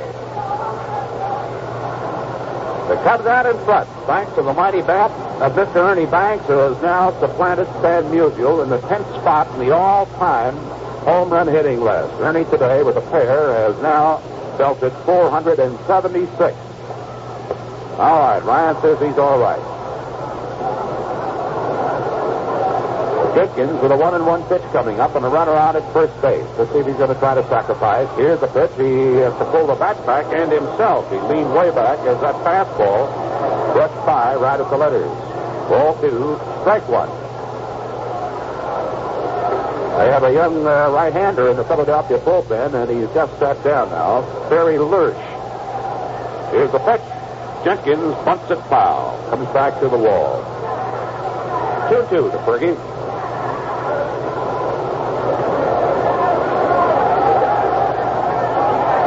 This came down from Wampum, Wisconsin today. 10 Cubs boosters. Trip of about 160 miles. Prison City, they call it. Jenkins wearing number 31 in the Cubs pinstripe uniform back in the batter's box. Solid blue stockings, royal shirt, royal blue. Tries the butt. He misses. Strike 3. Couldn't get any wood on that one at all. So it's a strikeout, the third one by Bill Wilson. Top of the batting order, Don Kessinger.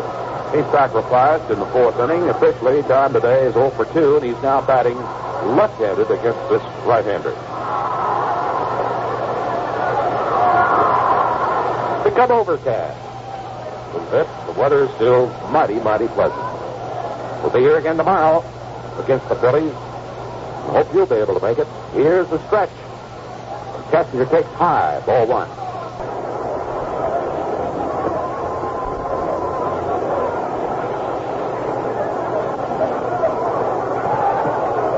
There's a runner going to second base, and the throw down there to second is in time. As Don Young, breaking a little late, with Kessinger in the batter's box, is pegged out at second base to retire the side. Good throw from Ryan. And in the sixth inning, we have no runs, no hits, and nobody left on base. Kessinger, of course, will be leading off when we come to bat again. But now we move into the top of the seventh inning, and the score at Wrigley Field remains. Cubs 5, Philadelphia 1. And Billy Williams racing over near the corner. It is way back into the corner, and a fair ball that's going to be ruled a home run.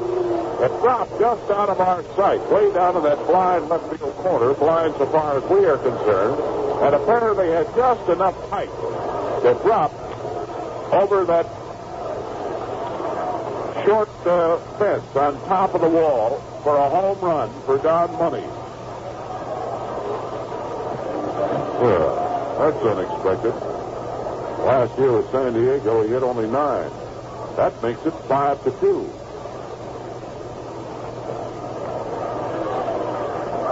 Six hits off Jenkins. Mike Ryan, right-handed hitter, takes the strike. Fergie has walked nobody. Here's the ball, too low. Now, we must remember this, Vince. Fergie in all spring training, I think, has pitched 6 complete innings. That's the longest stint. I think it is. So DeRocher will be watching him very closely. Wind up, 1-1 pitch. And it's low and outside.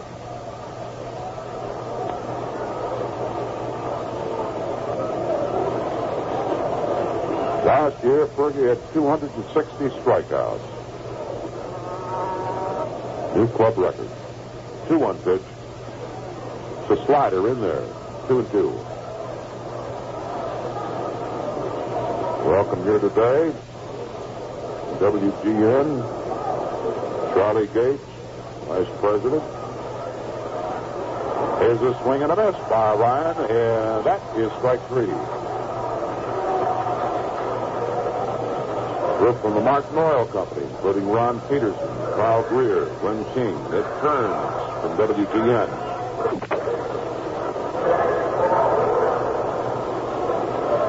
Jack Burns from Ward's out here today,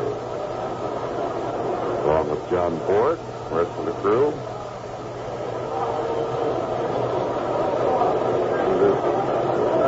Johnny Briggs, pinch hitting now, left-handed batter. Played a lot last year for the Phillies. Came to bat 338 times, wound up hitting just 254. Takes the first pitch for a ball. Swing and a miss.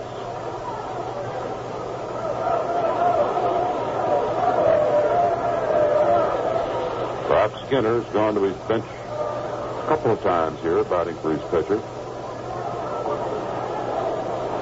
He's had a young rookie right-hander ready to come in. Fergie misses a little low and outside. Ball 2, strike 1. Denny McLain got the victory today for the Detroit Tigers over Louis Tiant for a tremendous turnout. 53,572 at Detroit. And they beat Cleveland 6-2. Pitches the ball, too low, 3-1. Grace levels the bat, now cocks it. Here's the pitch. He swings and he hits one high to right field. Jim Hickman to his right is under it. Backs up a step. He's got it. There are 2 away.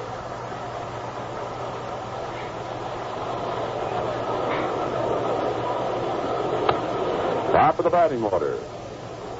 Larry Heisel, rookie center fielder, singled and scored on Darren Johnson's base hit in the first inning. He's also been thrown out by Santa when he tried to bunt in the 3rd inning and struck out in the 5th. Fergie fires, it's a strike. Right-handed batter, Larry Heisel from Portsmouth, Ohio, and Ohio University. Foul ball. That one causes them to duck in the box seats, just a little bit on the first base side of the screen behind the plate. Big turnout here today. Let me tell you, the hot dogs, soft drinks, and Heilman's old style are really disappearing fast. Did you see who dove after that ball? Roy Leonard, with a glove on and a mask on. That's not a mask. That's his regular face. Oh, I didn't know that. Here's strike 3. Larry Heisel strikes out for the 2nd straight time, and Fergie now with 7 strikeouts. This capacity crowd is standing now for the 7th inning stretch. 1 run on 1 hit, a homer by Don Money in the 7th inning, and nobody left in the score. Cubs coming to bat, Philadelphia 2, and our Chicago Cubs 5.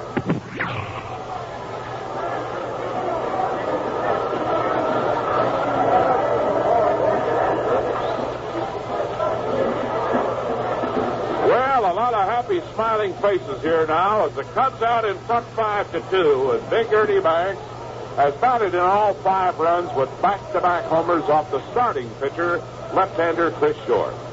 Now we have another rookie out there in the mound, a right-hander, Barry Lurch. And the first pitch in here to Don Kessinger is a strike.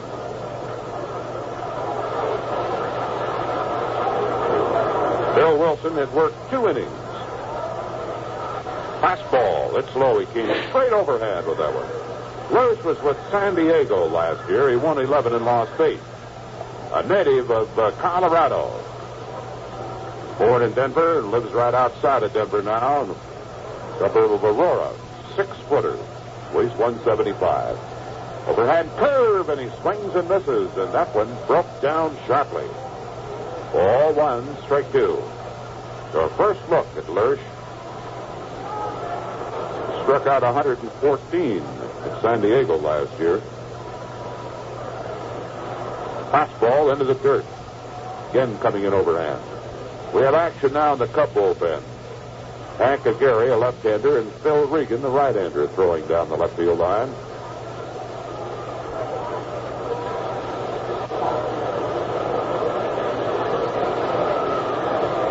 Don Kessinger, 0 for 2 officially. Here's the windup. Fastball swung on, ground to right side. Rojas to his left, can't get to it. It's going to be a base hit. Kessinger is on to the leadoff single in the bottom of the 7th inning.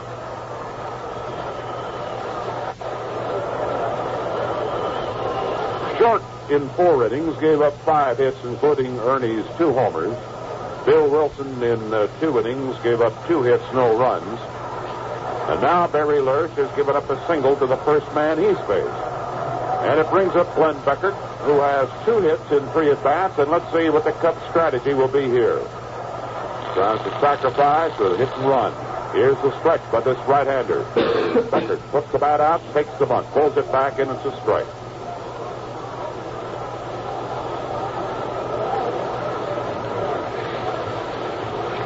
Bob Dobler, Montgomery Ward. Dick Gentile here. And Coyle from Lilienfeld and Company. Lots and lots of folks here today, hoping the Cubs get off to the right start. Throw to first base. And he's back in time. Richie Allen, the first baseman. Tony Taylor is over at the other end of the diamond for the Phillies. Rojas is at second. Don Money at shortstop. Mike Ryan, the catcher. Quick throw! He is back in with a head-first dive just in time. First base umpire, Frank Sikori. Good pickoff move that time by this young right-hander. Kessinger again edging off first base. Beckert, who last year hit 298, 294 in the batter's box. Butts the ball down the first base line, but it goes foul about a third of the way down, and Lurch, crossing foul territory, kicks it to be sure that it stays foul. The Kessinger walks back from second base, and the count on Beckert is 0-2. He misses the sacrifice attempt.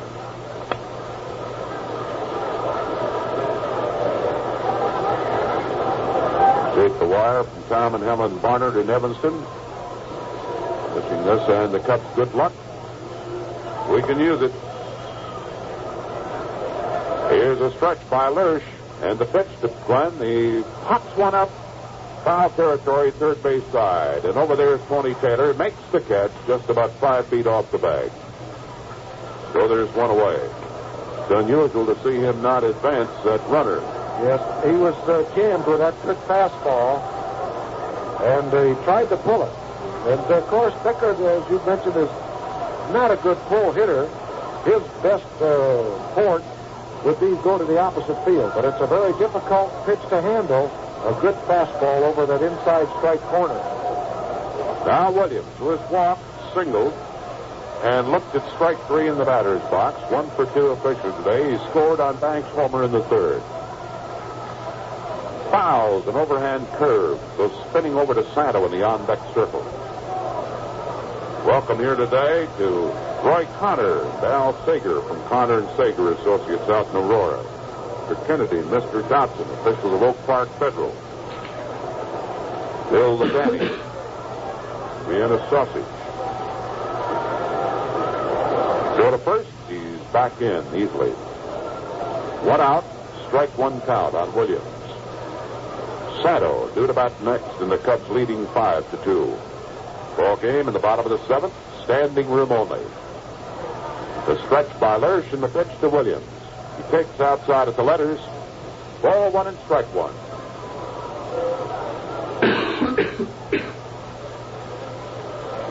Welcome to Playing writer from the Hammond Times, Audrey Sacco, and her mother, Mrs. Leo Sacco from Calumet City, here today. Stretched by this rookie. And the pitch to Williams. Bounces one over the pitcher's mound. Rojas has it, puts the money at short for one, and the relay is in time for a double play.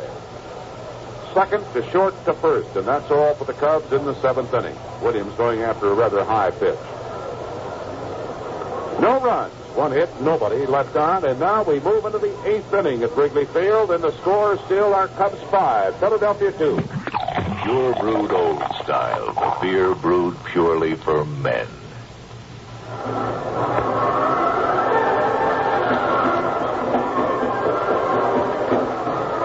Bill Regan still throwing down in the bullpen for us down that left field side, just in case. Jenkins now going into the 8th inning, and he'll be facing Ron Stone, left-handed hitter, Richie Allen, right-handed batter, and Tony Taylor, right-handed hitter. The 2, 3, and 4 men in the batting order for the Phillies. Let's see how Fergie does. Stone has reached on Fergie's error when he missed his bunt. And the first pitch is a ball outside. Officially, Stone, a rookie, played with Rochester last year, is 0 for 3 today. 6'2", weighs about 170, 75, and a wide stance at the plate.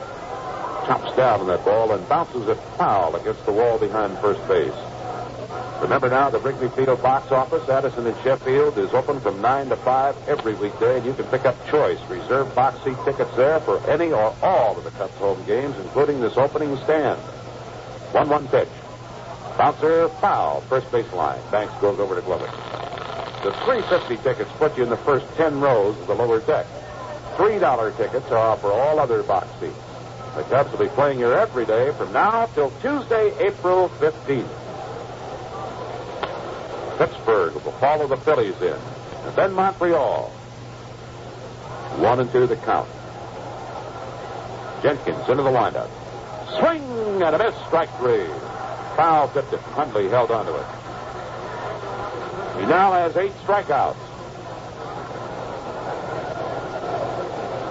Did I miscount him, Lou? Well, I have 9. Maybe I'm adding That's right. 9 is it. I knew you missed one when you took that big bite of that Vienna sandwich. That was the pickle that did it. Yeah. Well, if you're going to miss one on food. That's the best way to do it. Richie Allen. And the first pitch is a strike. Richie struck out in the first inning. Don Young hauled down his deep drive and a good running catch, retiring the side in the 5th inning. And the ball to him is too low. 1-1. He's playing at first base today. They moved him over there in spring training this spring. He's got some of the biggest sideburns, thick and long, that you'll see in a long, long while. That's a foul ball, first base side. Banks coming over near the box seats, getting under it. He's there, and he's got it. Grabs it right at the bend of the wall, over on first base. I'm happy to see that Jenkins has Allen on his side today, because that fellow's a fine hitter. It always makes you tremble a little bit when he moves into that batter's box. It's 33 homers last year for the Phillies and batted in 90 runs. Now the hitter, veteran Tony Taylor. 0 for 1 officially today. 2 out, nobody on. Bouncing ball going to Beckert at second base. He's got it on a good hop over to Banks, and the Phillies go down meekly and in order here in the 8th inning. So fans, at the end of 7.5 innings of play, before the standing room only crowd on opening day, the score is still the Cubs 5 and Philadelphia 2. Ron Sato, the Cub captain, coming to bat here, reached on the fielder's choice in the first inning. Came in on Banks' first home run of the day. He also was on first base for just a second or two last time at bat on an error, throwing error by Don Money, the shortstop, but he made a step towards second base, then decided he'd come back up the line towards first, and he was thrown out. Mike Ryan to the first baseman, Richie Allen. Well, Sato today officially is 0 for 3. And the first pitch in here by Barry Lersch is a ball, fastball. Came straight overhand with it. A little low. Here's the windup. And he takes a strike. Good fastball. Up at the letters. Hello to three good Cub fans in Hammond, Chuck and Steve Millard, and Jimmy Buscemi, who's in Gary, Indiana. Cubs are out in front. 5-2. 1-1 pitch. Overhand curve, and he fouls it. So you don't see many fellows who come straight overhand anymore. Not anymore, Vince. And that is a terrific curveball. It's the old timers. You remember this? What they call the drop when you used to play. That's right, we did. And it's a straight overhand curveball, and it's very difficult to hit because you must meet the ball squarely with that round bat, or you foul it off just as Sano did. As the ball has a good spin, it will go down. 1-2 pitch. Drilled into right field. That was a fastball, and Sano going with the pitch. Hammers a single into right. Here's Banks and a standing ovation for Ernie at Wrigley Field. Listen to him roar.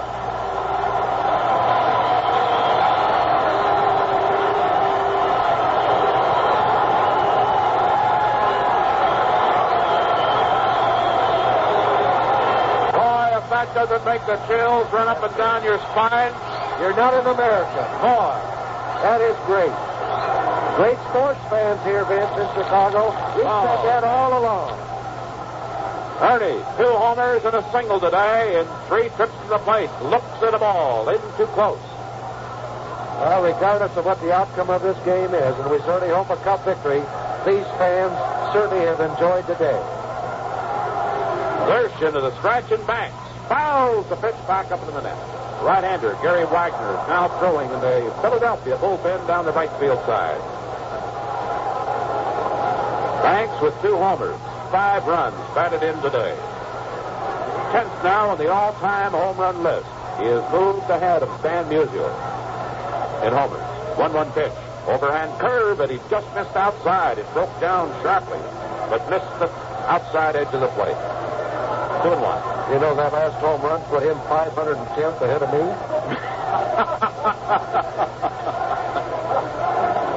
Stop that. 2-1 pitch. Takes a fastball in tight. How many did you wind up with in your career, though, Lou, really? I think 68. 68? Wait a minute, I'll look at my shirt sleeve here. Sleeve, yeah. Look at the cup. Well, about 89, I think. Ball 3, strike 1 to Banks. Here it is. Fastball, and he hits a very high pop-up into shallow center field. Coming in as Heisel. The rookie is under, and he's got it. And Ernie is retired for the first time today. I never got this kind of an applause when I got a base hit. Isn't that something? He drops his cap again, acknowledging the cheers of the crowd just before he disappears from our sight into the Cup dugout behind third.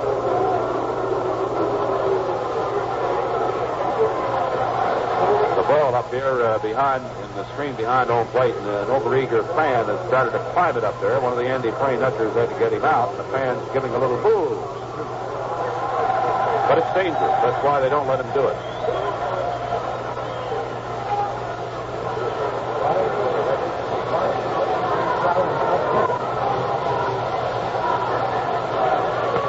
The largest opening day crowd in the history of the Chicago Cubs here today, including George Perry, Bill Callaway, and Hundley in there. Hits a fly ball to center field. Heisel is under that. He's got it. 2 gone. 40,796. They can't get that many into Wrigley Field, Lou. No. But they used shoehorn from OG. Oh, yeah. Oh, gee. 2 out. Hickman the hitter. Runner still at first base. 407.96. The official paid today. Fastball. Jim takes in too close. He's 0 for 3 today. Devon Audio, behind with us on our scoreboard this year after the ball games. Jerry Kaloff and Fred Friedler here, and Bob Kobloff. 21. Well, let's pause 10 seconds for station identification. This is the WGN Chicago Cubs Baseball Network. This is WGN Radio Chicago, first in sound, first in service, and first in sports.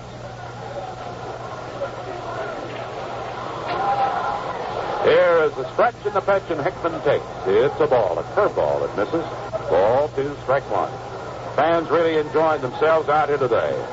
It's been fun and games. They scored in the first inning, and we came back on Banks' 3-run homer to take the lead. At the end of 1, 3-1. We've been out in front ever since. Now it's 5-2. Hickman's ground ball goes to the shortstop, Bunny. Over to Rojas for the short force out of Santo, and that retires the side in the 8th inning. And so for the Cubs, no runs, 1 hit. We leave 1 man on. Now we are moving into the 9th inning at Wrigley Field on opening day before this record crowd. The score, the Cubs 5 and Philadelphia 2. Well, one extremely proud man out here today is Ernie Banks' father, who's in the audience. He's seen his son drive in 5 runs with 2 homers, seen him get on base again with a single. Now in the 9th, Johnny Collison leading off, a left-handed batter. Jenkins' first pitch to Collison is a ball. The largest crowd, opening day crowd in the history of Wrigley Field. 40,796. Jenkins into the windup, and Collison takes a strike. Johnny has one of their half-dozen hits off Fergie. He has struck out 9 men. Retired the last 6 men he's faced. An attempt to bunt by Collison. He misses. Ball 1, strike 2. We got a tied-up ball game at Chase Stadium in New York at the end of 6 innings of play. The Mets 6 and Montreal 6. Detroit, behind Denny McLain, has defeated Louis Tiant of the Cleveland Indians 6-2. Minnesota and Kansas City tied 1-1. Collison rips into that low pitch and fouls it. Bounces back to the screen. We'll have the scoreboard after the ball game and wrap up all of the action in the major leagues today and look at the schedule for tonight. Rojas due to bat next. Wind up by Jenkins. And a ball outside and low. 2-0. Welcome here to Irv Haig from ICA Advertising. Ivan Nathanson from Republic Lumber. Sam Peanut from O'Connor and Goldberg. Ground ball off the bat of Collison in the hole out of the left field for a single. So the Phillies are still alive. We have a 3-run lead. Rojas, the hitter. He, like Collison, had 1 hit in 3 at-bats coming into this 9th inning. Right-handed batter. Collison going with that pitch. Strokes a single. 7 hits off Fergie.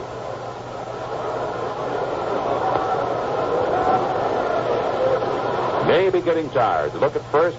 Rojas takes a strike. Slider.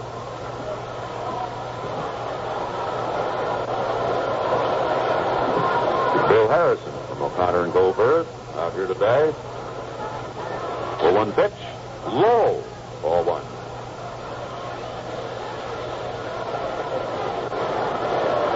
Now Gary and Regan throwing in our bullpen down the left field side. Overcast now. Cubs 5, Phillies 2. It's the 9th inning. 1-1 pitch. Rojas takes a big cut and misses. That one right at the letters. Ball 1, strike 2. Well, he won't be taking that big cut again, Lou, I don't think. No, he'll try to go to the opposite field now with 2 strikes against him. He'll just try to make contact with that baseball. Tilts up in the bat a little bit. Slaps this pitch. A little Texas Leaguer dropping quickly. Williams coming on. He dives. The ball bounces out of his glove. And Collison stops at second base on Cookie Rojas. Texas Leaguer dumped into very shallow left center field. Don Young came in from center. Williams from left. Kessler went out from shortstop. Billy got just the glove on it as he dived to the ground, trying to make the catch. The collision jarred the ball out of the glove. It's a base hit, and there are runners at first and second, and that brings the tying run to the plate. Don Money, the hitter, homered, leading off the 7th inning.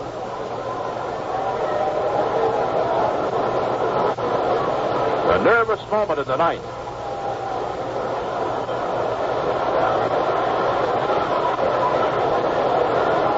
Money, a right-handed hitter. Fouls this first pitch. Looks like a slider. He got it up a little high on him. Well, Fergie has been coming up in the 8th and this inning here, the 9th. So here's another indication that he might be tiring, Vince.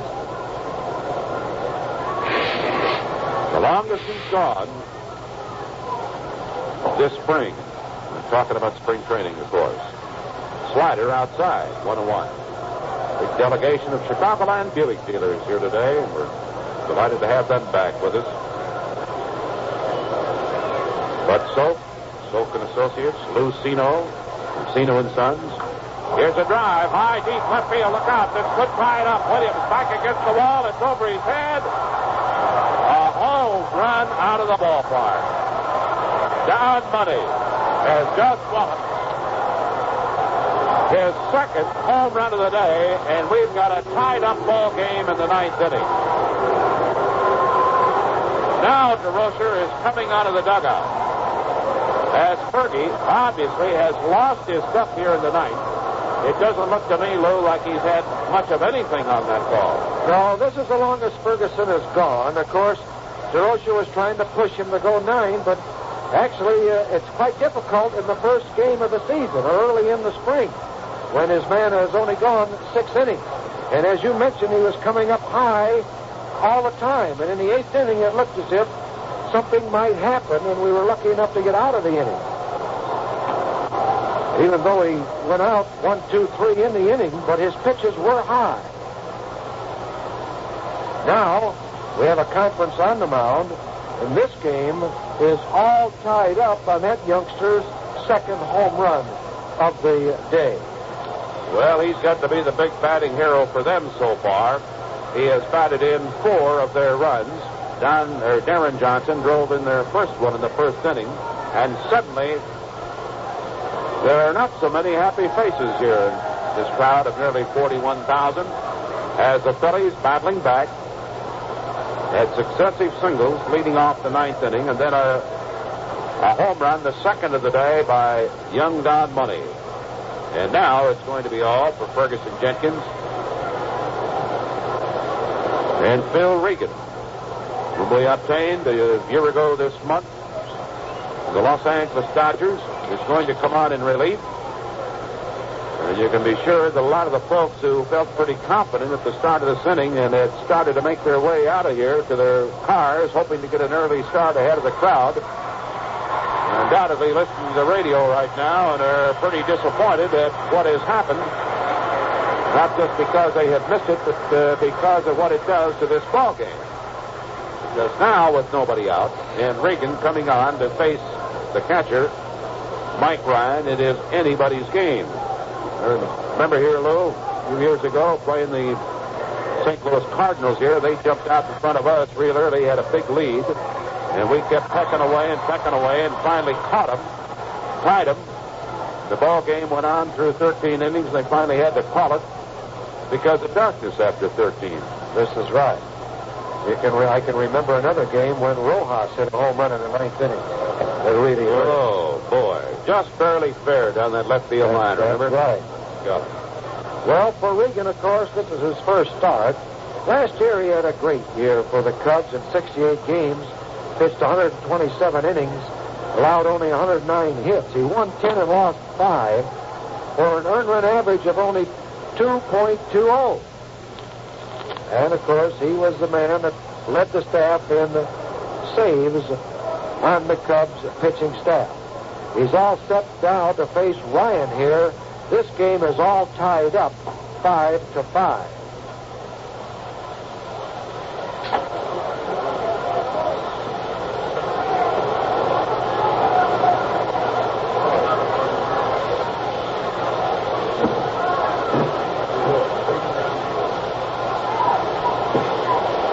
Mike Ryan hits from an open stance, goes after the first pitch from Regan. Hits a bouncing ball to Kessinger at short. A strike over to Banks in time, and there's one out in the ninth.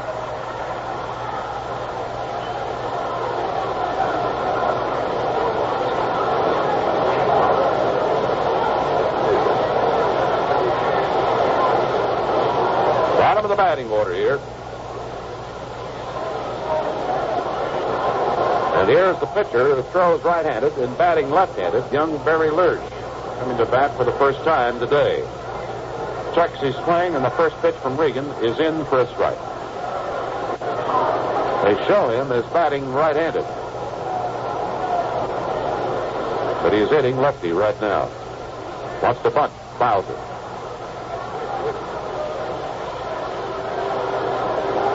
Oh, and 2 the count to the pitcher.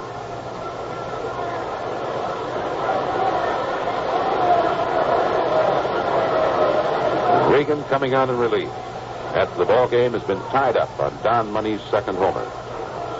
Regan misses low, ball 1. Phil has a pretty good sense of humor. He was kidding the other day about probable starting pitcher for the Phillies today. 1-2 pitch. Swings, drop third strike. Hundley picks it up, steps out in the fair territory, throws down to first in time for out number 2. And now it'll be Larry Heisel, the center fielder. And Regan is saying, well, he says if the Phillies might be wise to pitch Rick. Is if they come up with Chris, they might be short. Yeah. We are to get Rick wise tomorrow. Short went 4 innings today. Heisel, the rookie, right-handed hitter, takes a big swing and misses strike 1. He was trying to put the Phillies out in front with that cut. San Diego last year, this young man had half a dozen homers. Scored in the first inning after reaching on a single as the leadoff man in the ballgame. Takes another big swing, misses for strike 2. After that, against Jenkins, tried to bunt, was thrown out by Santo, struck out twice. Bases empty, 2 away. And Regan sends him away from the plate with a fastball high and tight. Wasting it, 1-2. Very overcast. 1-2 delivery. He can't hold back on his swing as the pitch moved way outside and low. But he is out of there as a strikeout victim. In the ninth inning, the first 3 batters reached against a tiring Ferguson Jenkins, 2 singles, and Don Money's 3-run homer. 3 runs, 3 hits. Nobody left on. The Cubs coming to bat. Any old kind of a run wins it now with the score tied. Phillies 5 and the Cubs 5. Round entertainment music here supplied by Henry Brandon, who has been here Wrigley Field on opening days. Also on so many holidays for the past number of years. Spirited band of music. Brand of music, I should say. Jim Hickman is the lead off. And any old kind of a run ties up this ball game. Wins it, wins it. All right, the fans. Again, that staccato applause now. Hoping they can generate a rally. And just as the pitcher started his windup, second base umpire, Paul Pryor, called time. And they're pointing out there in left field as they're throwing some debris from the bleacher seats out there onto the playing area. And, of course, not only does it make a mess of the ballpark, but it is a very dangerous thing, too. Tony Benson was looking up here as though we were in charge of that. We better recheck that contract, Lou. I thought he threw you out, actually. Don't leave good kids. They're all right. I didn't do anything, Tony. Pitches the ball, too low. Swing at a miss. 1-1. Well, it's getting late, and Tony might be getting hungry.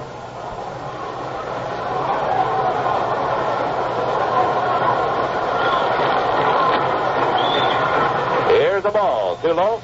Ball 2. Strike 1. Regan is due to bat next. Windbreaker in the on-deck circle. We have action in the bullpen, of course. Hank Aguirre, who's been throwing previously is down there. Ground ball going to the shortstop. He's got it. Clears the throw to first. And he is out. There's one gone in the ninth inning.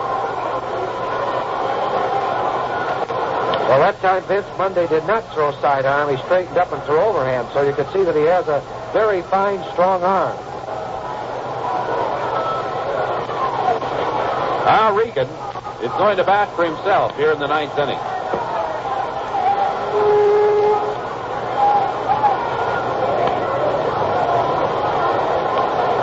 Don Young has been thrown out by the shortstop, and Phil coming to bat for the first time.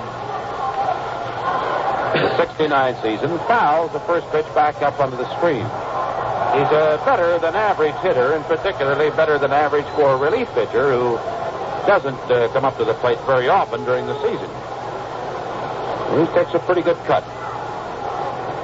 Here's the pitch to him, and he takes low. Ball one, strike one. Don Money has hit 2 homers for them. His last shot coming in the top of this inning with 2 mates aboard. Tied it up. Banks has hit 2 out for us. One with 1 on, one with 2 on. Ground ball right back to the pitcher. Barry Lersch has it in his throw to first base in time. Regan is an easy out. Phillies pecking around the infield. Now Kester coming to bat. We need a run to win.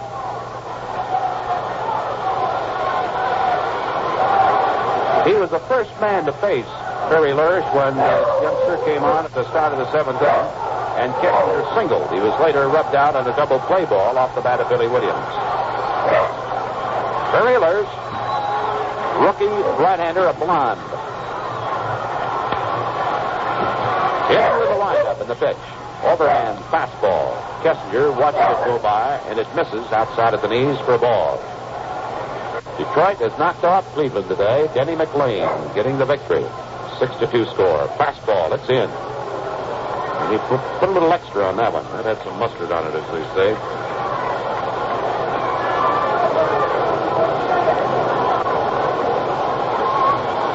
Curveball. He taps it. A bouncer. Pitcher off the mound. Gloves it. Turns. Throws to first in time. And we are out in the ninth.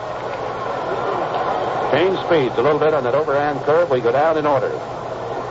So now the Phillies are coming to bat. In our opening game of the 1969 season is going to be an extra inning affair. At the end of regulation play, the score: Cubs 5, Philadelphia 5. Well, this isn't the only extra inning game going on in the majors today. Baltimore and Boston finished 9 innings, all tied up. Orioles 2 and the Red Sox 2. Philadelphia tied it up with 3 runs in the 9th inning against an obviously very tired Ferguson Jenkins, who gave up 2 singles and a homer to the first 3 men he faced. Here is a liner to Kessinger leading off the 10th inning. Don took a quick step to his right, gloved that shoulder-high line drive off the bat of Ron Stone, and there's 1 gone on 1 pitch in the 10th. Now Richie Allen, the hitter. And look out, he's dangerous. Regan came on in relief after Don Money's 2nd home run of the day in the 9th. He's now retired. The 4 men he's faced. Allen wants to hold up, but his swing can't do it. It's a strike right at the knees.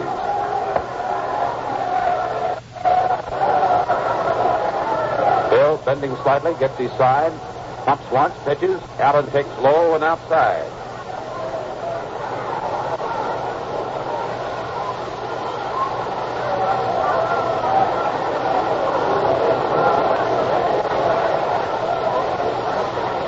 Won the count. Allen hits one. Center field. Don Young backing up in front of the warning track is under it. He's got it.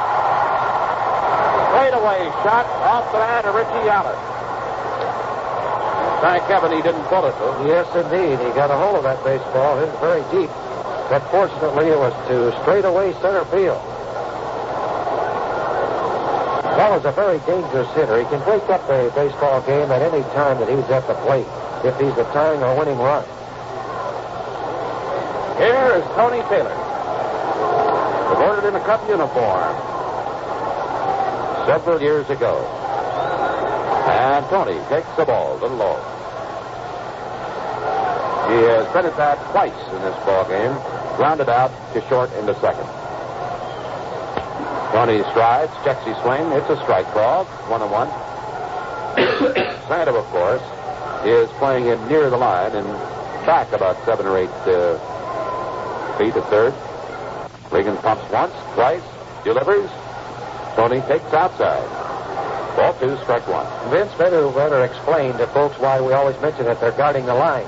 With 2 outs, score tied, you'd rather have this man on first base with a single than hit a double beyond your reach and your position. He takes. It's a ball outside. 3-1. And of course, if he pulls it between you and that line and you're playing at a normal position for him, it's 9 times out of 10 going to be a double. Goes after the next pitch, which was rather high, and fouls it back upstairs. Apparently, he had the green light on that one. Yes. Well, Taylor, of course, also has power. He can hit a ball out of the ballpark. You have to be careful with him. Tony's not big, but he is a very solid frame. With 2 out, bases empty. Here comes the 3-2 pitch. And a ground ball goes to Becker at second. Good hop. Throw to first. Sides retired. 3 up and 3 down in the 10th inning. And the Cubs, in the bottom of the 10th, have Becker, Williams, and Santo as our first 3 hitters. Ball game is all tied. Phillies 5 and the Cubs 5. All right. Let's get somebody on. Glenn Becker, who 2 years ago in the opener against this ball club hit a home run, is leading off. Barry Lurch's first pitch swung on. Liner caught by the shortstop, Don Money, just in his left shoulder. Becker trying to slash a single into left field. Is out on a liner to the shortstop, and it brings up Billy Williams. Billy has walked, singled, looked at strike 3, hit into a double play. He's 1 for 3 today. Scored in the 3rd inning on Ernie Banks' second home run of the ball game. Grant Jackson, a lefty, up in the Philadelphia bullpen. The other right-hander looks like Gary Wagner again. Williams takes a swing and fouls. The first pitch back up onto the screen. Strike 1 to Billy. Santo up next. Meet end of the Cubs batting order here. Tied up 5-5. Lurch fires a strike. Overhand fastball right at the knees. 0-2. He's out in front of Williams. Lurch led the San Diego staff last year in complete games with 14. He pitched 3 shutouts and showed excellent control. 0-2 pitch. He wastes 1 outside at the letters. 1-2. He was in the same Army Reserve unit as Rick Wise, who's scheduled to pitch here tomorrow, and Jerry Johnson, who's scheduled to be the starter day after tomorrow. A swing and a miss. He blew 1 past Billy Williams. Oh, he showed me something. Yes, you don't see that very often in throwing a fastball past Williams. He reached back for a little extra. Right at the letters. Now it's up to Santo to keep this game from going into the 11th inning. Ron reached in the fielder's choice in the first, came in on Banks' homer. Well, now these next 2 times at bat, but singled his last time up. That was against Barry Lurch. And the first pitch is a breaking ball, in close, ball 1.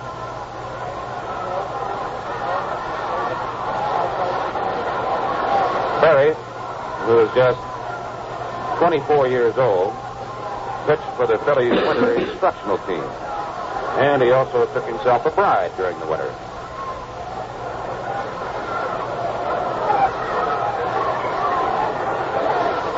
He could send everybody home happy. Come on, Ron. Here's the 1-1 pitch. Fastball, and it bounces. The shortstop Money grabs it, takes a step, throws, pulls Allen off the bag, but he tags Santo running down the line for the out. So we go down in order in the 10th inning. And now at the end of 10 full innings of play at Wrigley Field, before this record crowd, the score is still tied. Philadelphia 5 and the Cubs 5. We're in the 11th inning. The Phillies will send Callison, Rojas, and Money to the plate. Banks has hit 2 home runs.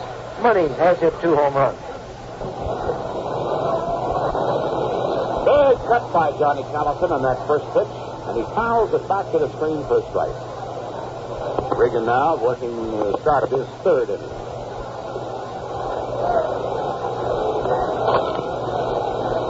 Then Spaghetti's trying from Randy Huntley. Here's the pitch.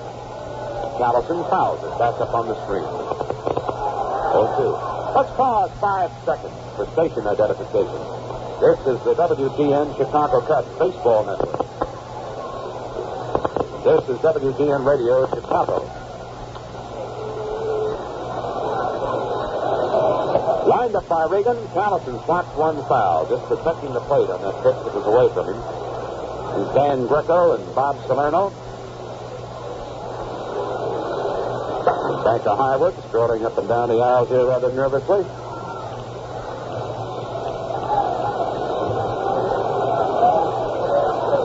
0-2 pitch. Callison rips into one, lines it into center field. It's in front of Don Young for a base hit. And the Phillies have the lead run on with nobody out. That's the first hit off Regan.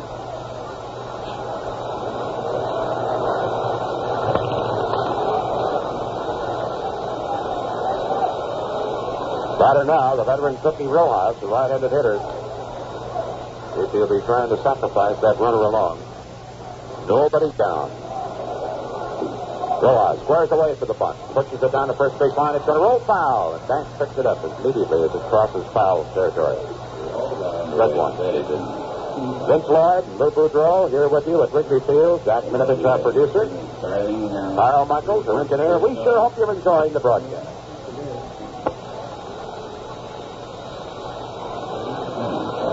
In the top of the 10th inning at Baltimore, the Red Sox scored 2 runs to take a 4-2 lead over the Orioles. Here's the next pitch. Broad pulls back from a fastball high and tight. Frank Robinson in the bottom of the 10th inning for the Orioles gets one out with a man on. So they're tied up after that shot.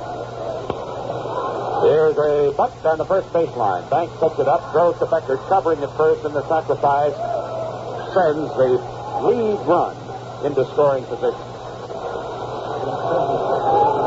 Now our Western Union ticker tells us that the 2 runs that were scored by Baltimore or by Boston came on a homer off the bat of Tony Conigliaro. 2 2-run homers. They're still tied. Let me tell you, Tony C. has himself a year. Those Red Sox will be mighty tough to handle.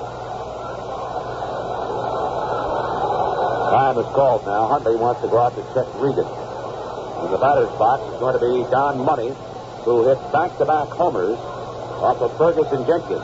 One in the 7th, leading off, and in the 9th inning, after Johnny Callison and Cookie Rojas had singled. Rusty Staub has hit a home run for Montreal at New York against the Mets in the 8th inning with nobody on. And that makes the score 8-6 Montreal, and they are still batting in the 8th.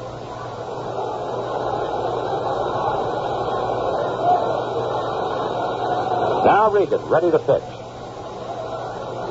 Don Money, right-handed batter. Big swing and a miss. Hard slider thrown by Regan. Jenkins obviously had just lost all of his stuff in that 9th inning.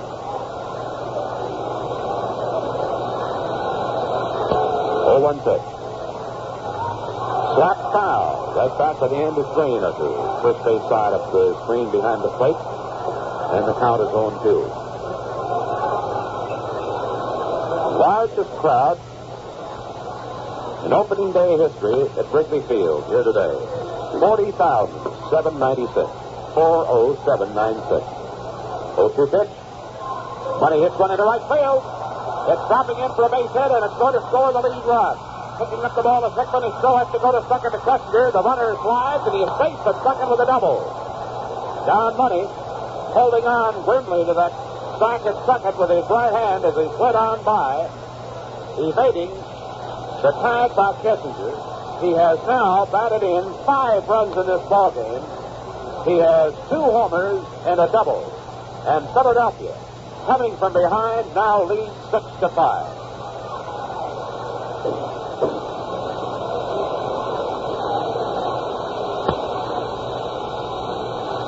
Here's Mike Ryan, the catcher, with one away. Regan pitch to this big fella is a ball. Money going the opposite field for that double. After hitting 2 home runs to left today. Slide out to left and hit the ground ball to the shortstop. But he crossed up the Cubs by going the opposite way. Here's the ball.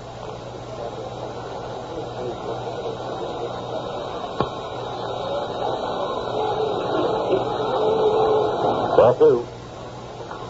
Ground ball goes to Kessinger. Fires to center at third, and they've got the runner before he can get to the bag for the second out. Ryan, of course, there's no play on him. He's on at first base.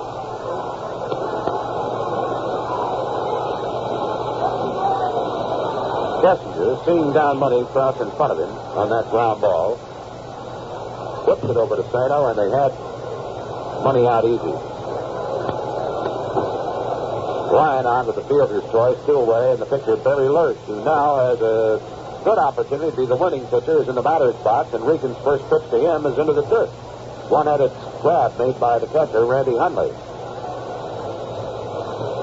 Banks is the leadoff for us in the bottom of the 11th inning. He has driven in all 5 of our runs with a pair of homers. He also has a single. Philadelphia now is out hit it 11-9. Ground ball foul. Gets back to the wall. There's time the writers and headline writers will have with this one. Money and Banks, the 2 hitting heroes. Looks like for Philadelphia, Money's been in the bank. So there. Yep. 1-1 pitch. Ground ball. Regan gloves it to the first base side, throws over to Bernie Banks, who tosses the ball to Lurch coming down the path. As that retires the side. But in the 11th, damage is done on 1 run, 2 hits, 1 man left on base, and the Cubs come to bat now in the bottom half of the 11th inning with the score: Philadelphia 6 and the Cubs 5. You sleep like a baby, wake up rested and refreshed. That perfect sleeper really is something great to sleep on. You mean you really get the full value of your sleeping time with the incomparable new Perfect Sleeper mattress? Right, Lou. That's because you sleep on it, not in it. Lou puts to sleep in the Perfect Sleeper. Serta, that's who. That's S like in sleep. S-E-R-T-A. Serta. Serta Perfect Sleeper mattress, the overnight success. In Chicago or suburbs, see your Serta mattress man at any one of the Weeble department stores. Or for you folks in Harvey, Illinois, shopping at Morrison Furnishing. Well, can he do it again? Yeah. Yes, sir. Ernie Banks now with 476 career homers, 10th in the all-time list. Has belted 2 home runs today, also has a single. Has driven in all 5 Cub runs. Mr. Cub now leading off against a rookie, right-hander Barry Lurch. Against him in the 8th inning, Ernie popped up to the center fielder.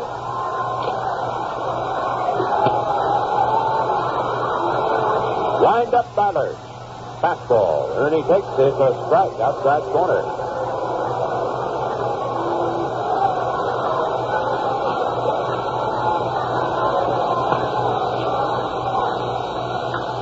Here's a swing and a fly ball. Right field. Donaldson to his left. He's got it out there. 1 gone in the 11th inning. Ernie trying to go with the pitch to right field. Johnny Donaldson hauls it in. There's 1 gone, and Randy Hemley, the Cub right hitting catcher, steps into the batter's box now.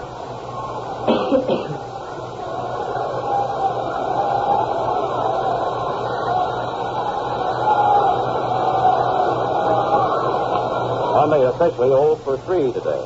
Reached once when he was hit by a pitch ball, reached again on an error. Randy hits the ball too low. We'll wrap up all the action in the Major League this afternoon and a look at tonight's schedule on the scoreboard right after this ball game. A ball too low. 2-0 to Randy.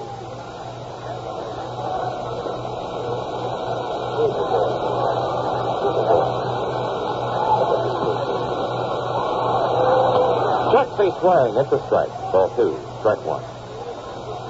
In the 11th inning at Wrigley Field, Philadelphia leading 6-5. They scored the first run, and it may be they'll have scored the last one of the day. Ground ball, foul. Third base line into the hand and out of the hand of third base coach Rube Walker. Apparently, Pete Greaser a little under the weather today.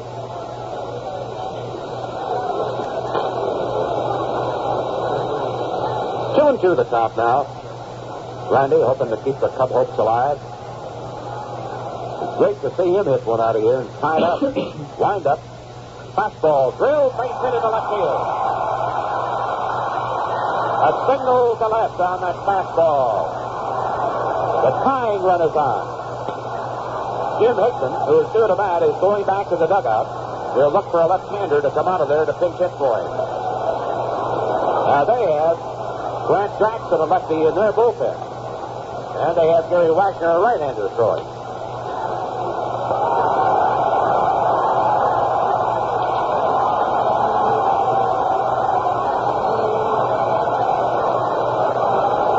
Going to be Willie Smith, who's going to pinch hit.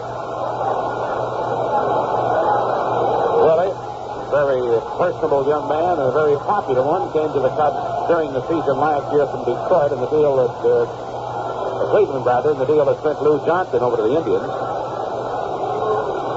And I'll never forget him, among other things, for the 2+ innings that he pitched against San Francisco last year.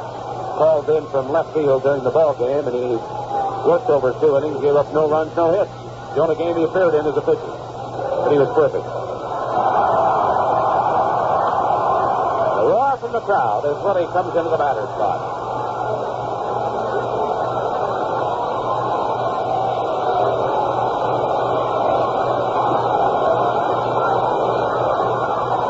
With us last year, he hit .275.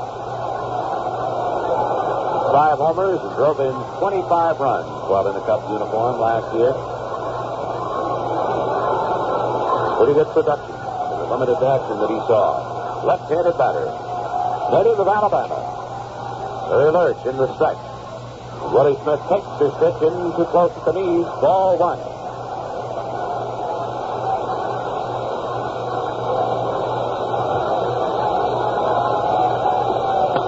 11th inning of opening day.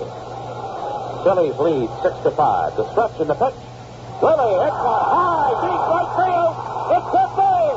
And there's a home run. A home run for Willie Smith. And the Cubs win.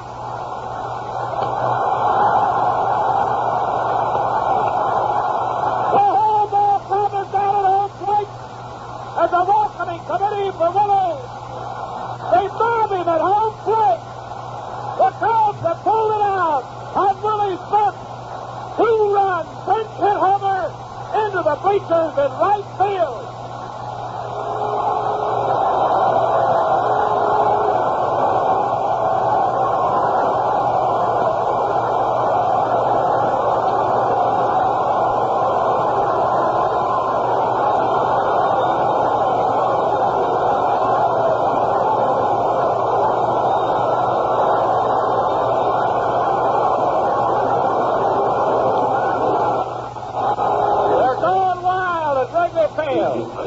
Man, oh man, the whole ball club gave Willie Smith a jubilant escort down to the clubhouse, down in the left field corner. One fan has come out of the bleachers, another one. The Andy Crane ushers are corralling them.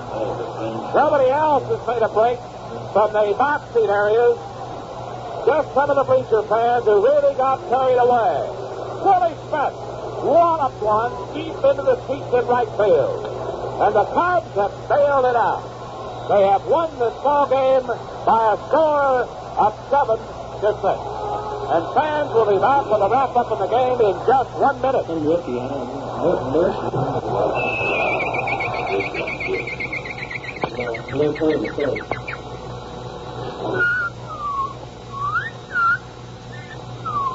Purple. Martin. Ethel. Long time ago, all's well that ends well. And there's jubilation at Wrigley Field. This record crowd, the biggest crowd in opening day history, 40,796. Very slowly but happily making their way towards the exit here. Winds up that Willie Smith as a pinch hitter is a big hero. with a line drive swat into the seats in right field. Driving in, Randy Hundley, who had hit a line drive single with 1 out in the 11th inning. For the Cubs, 7 runs, 11 hits, 1 error, 5 left. For the Phillies, 6 runs, 11 hits, 2 errors, 6 left. Bill Regan in relief gets the win. And Barry Lurch, who looked for a while like he was going to get a well-deserved victory, winds up as the rookie loser. So this had everything. Yes, indeed. And you can credit DeRocher at making the right move at the right time, seeing that Lurch was a good fastball pitcher, came in with Willie Smith, who was just as equally a good fastball hitter. And, of course, that saved DeRocher from some embarrassment, I would have to say, Vince, because if he had to do it all over again, I'm quite sure that he wouldn't have tried to push Jenkins for a 9-inning job. This is what he wanted. He wanted Jenkins to go 9. He had the 3-run lead in the 9th inning and lost it. It was one of those things that happen sometimes in a ball game. But we're happy to come out. It's the results is what counts, and the Cubs come out on top, 7-6.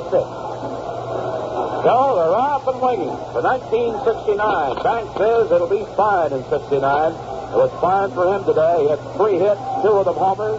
He batted in 5 of our runs. And Willie Smith batted in the other 2 with a pinch hit 2-run homer in the 11th inning. Now we'll be right back with a word about our next game, fans, right after this.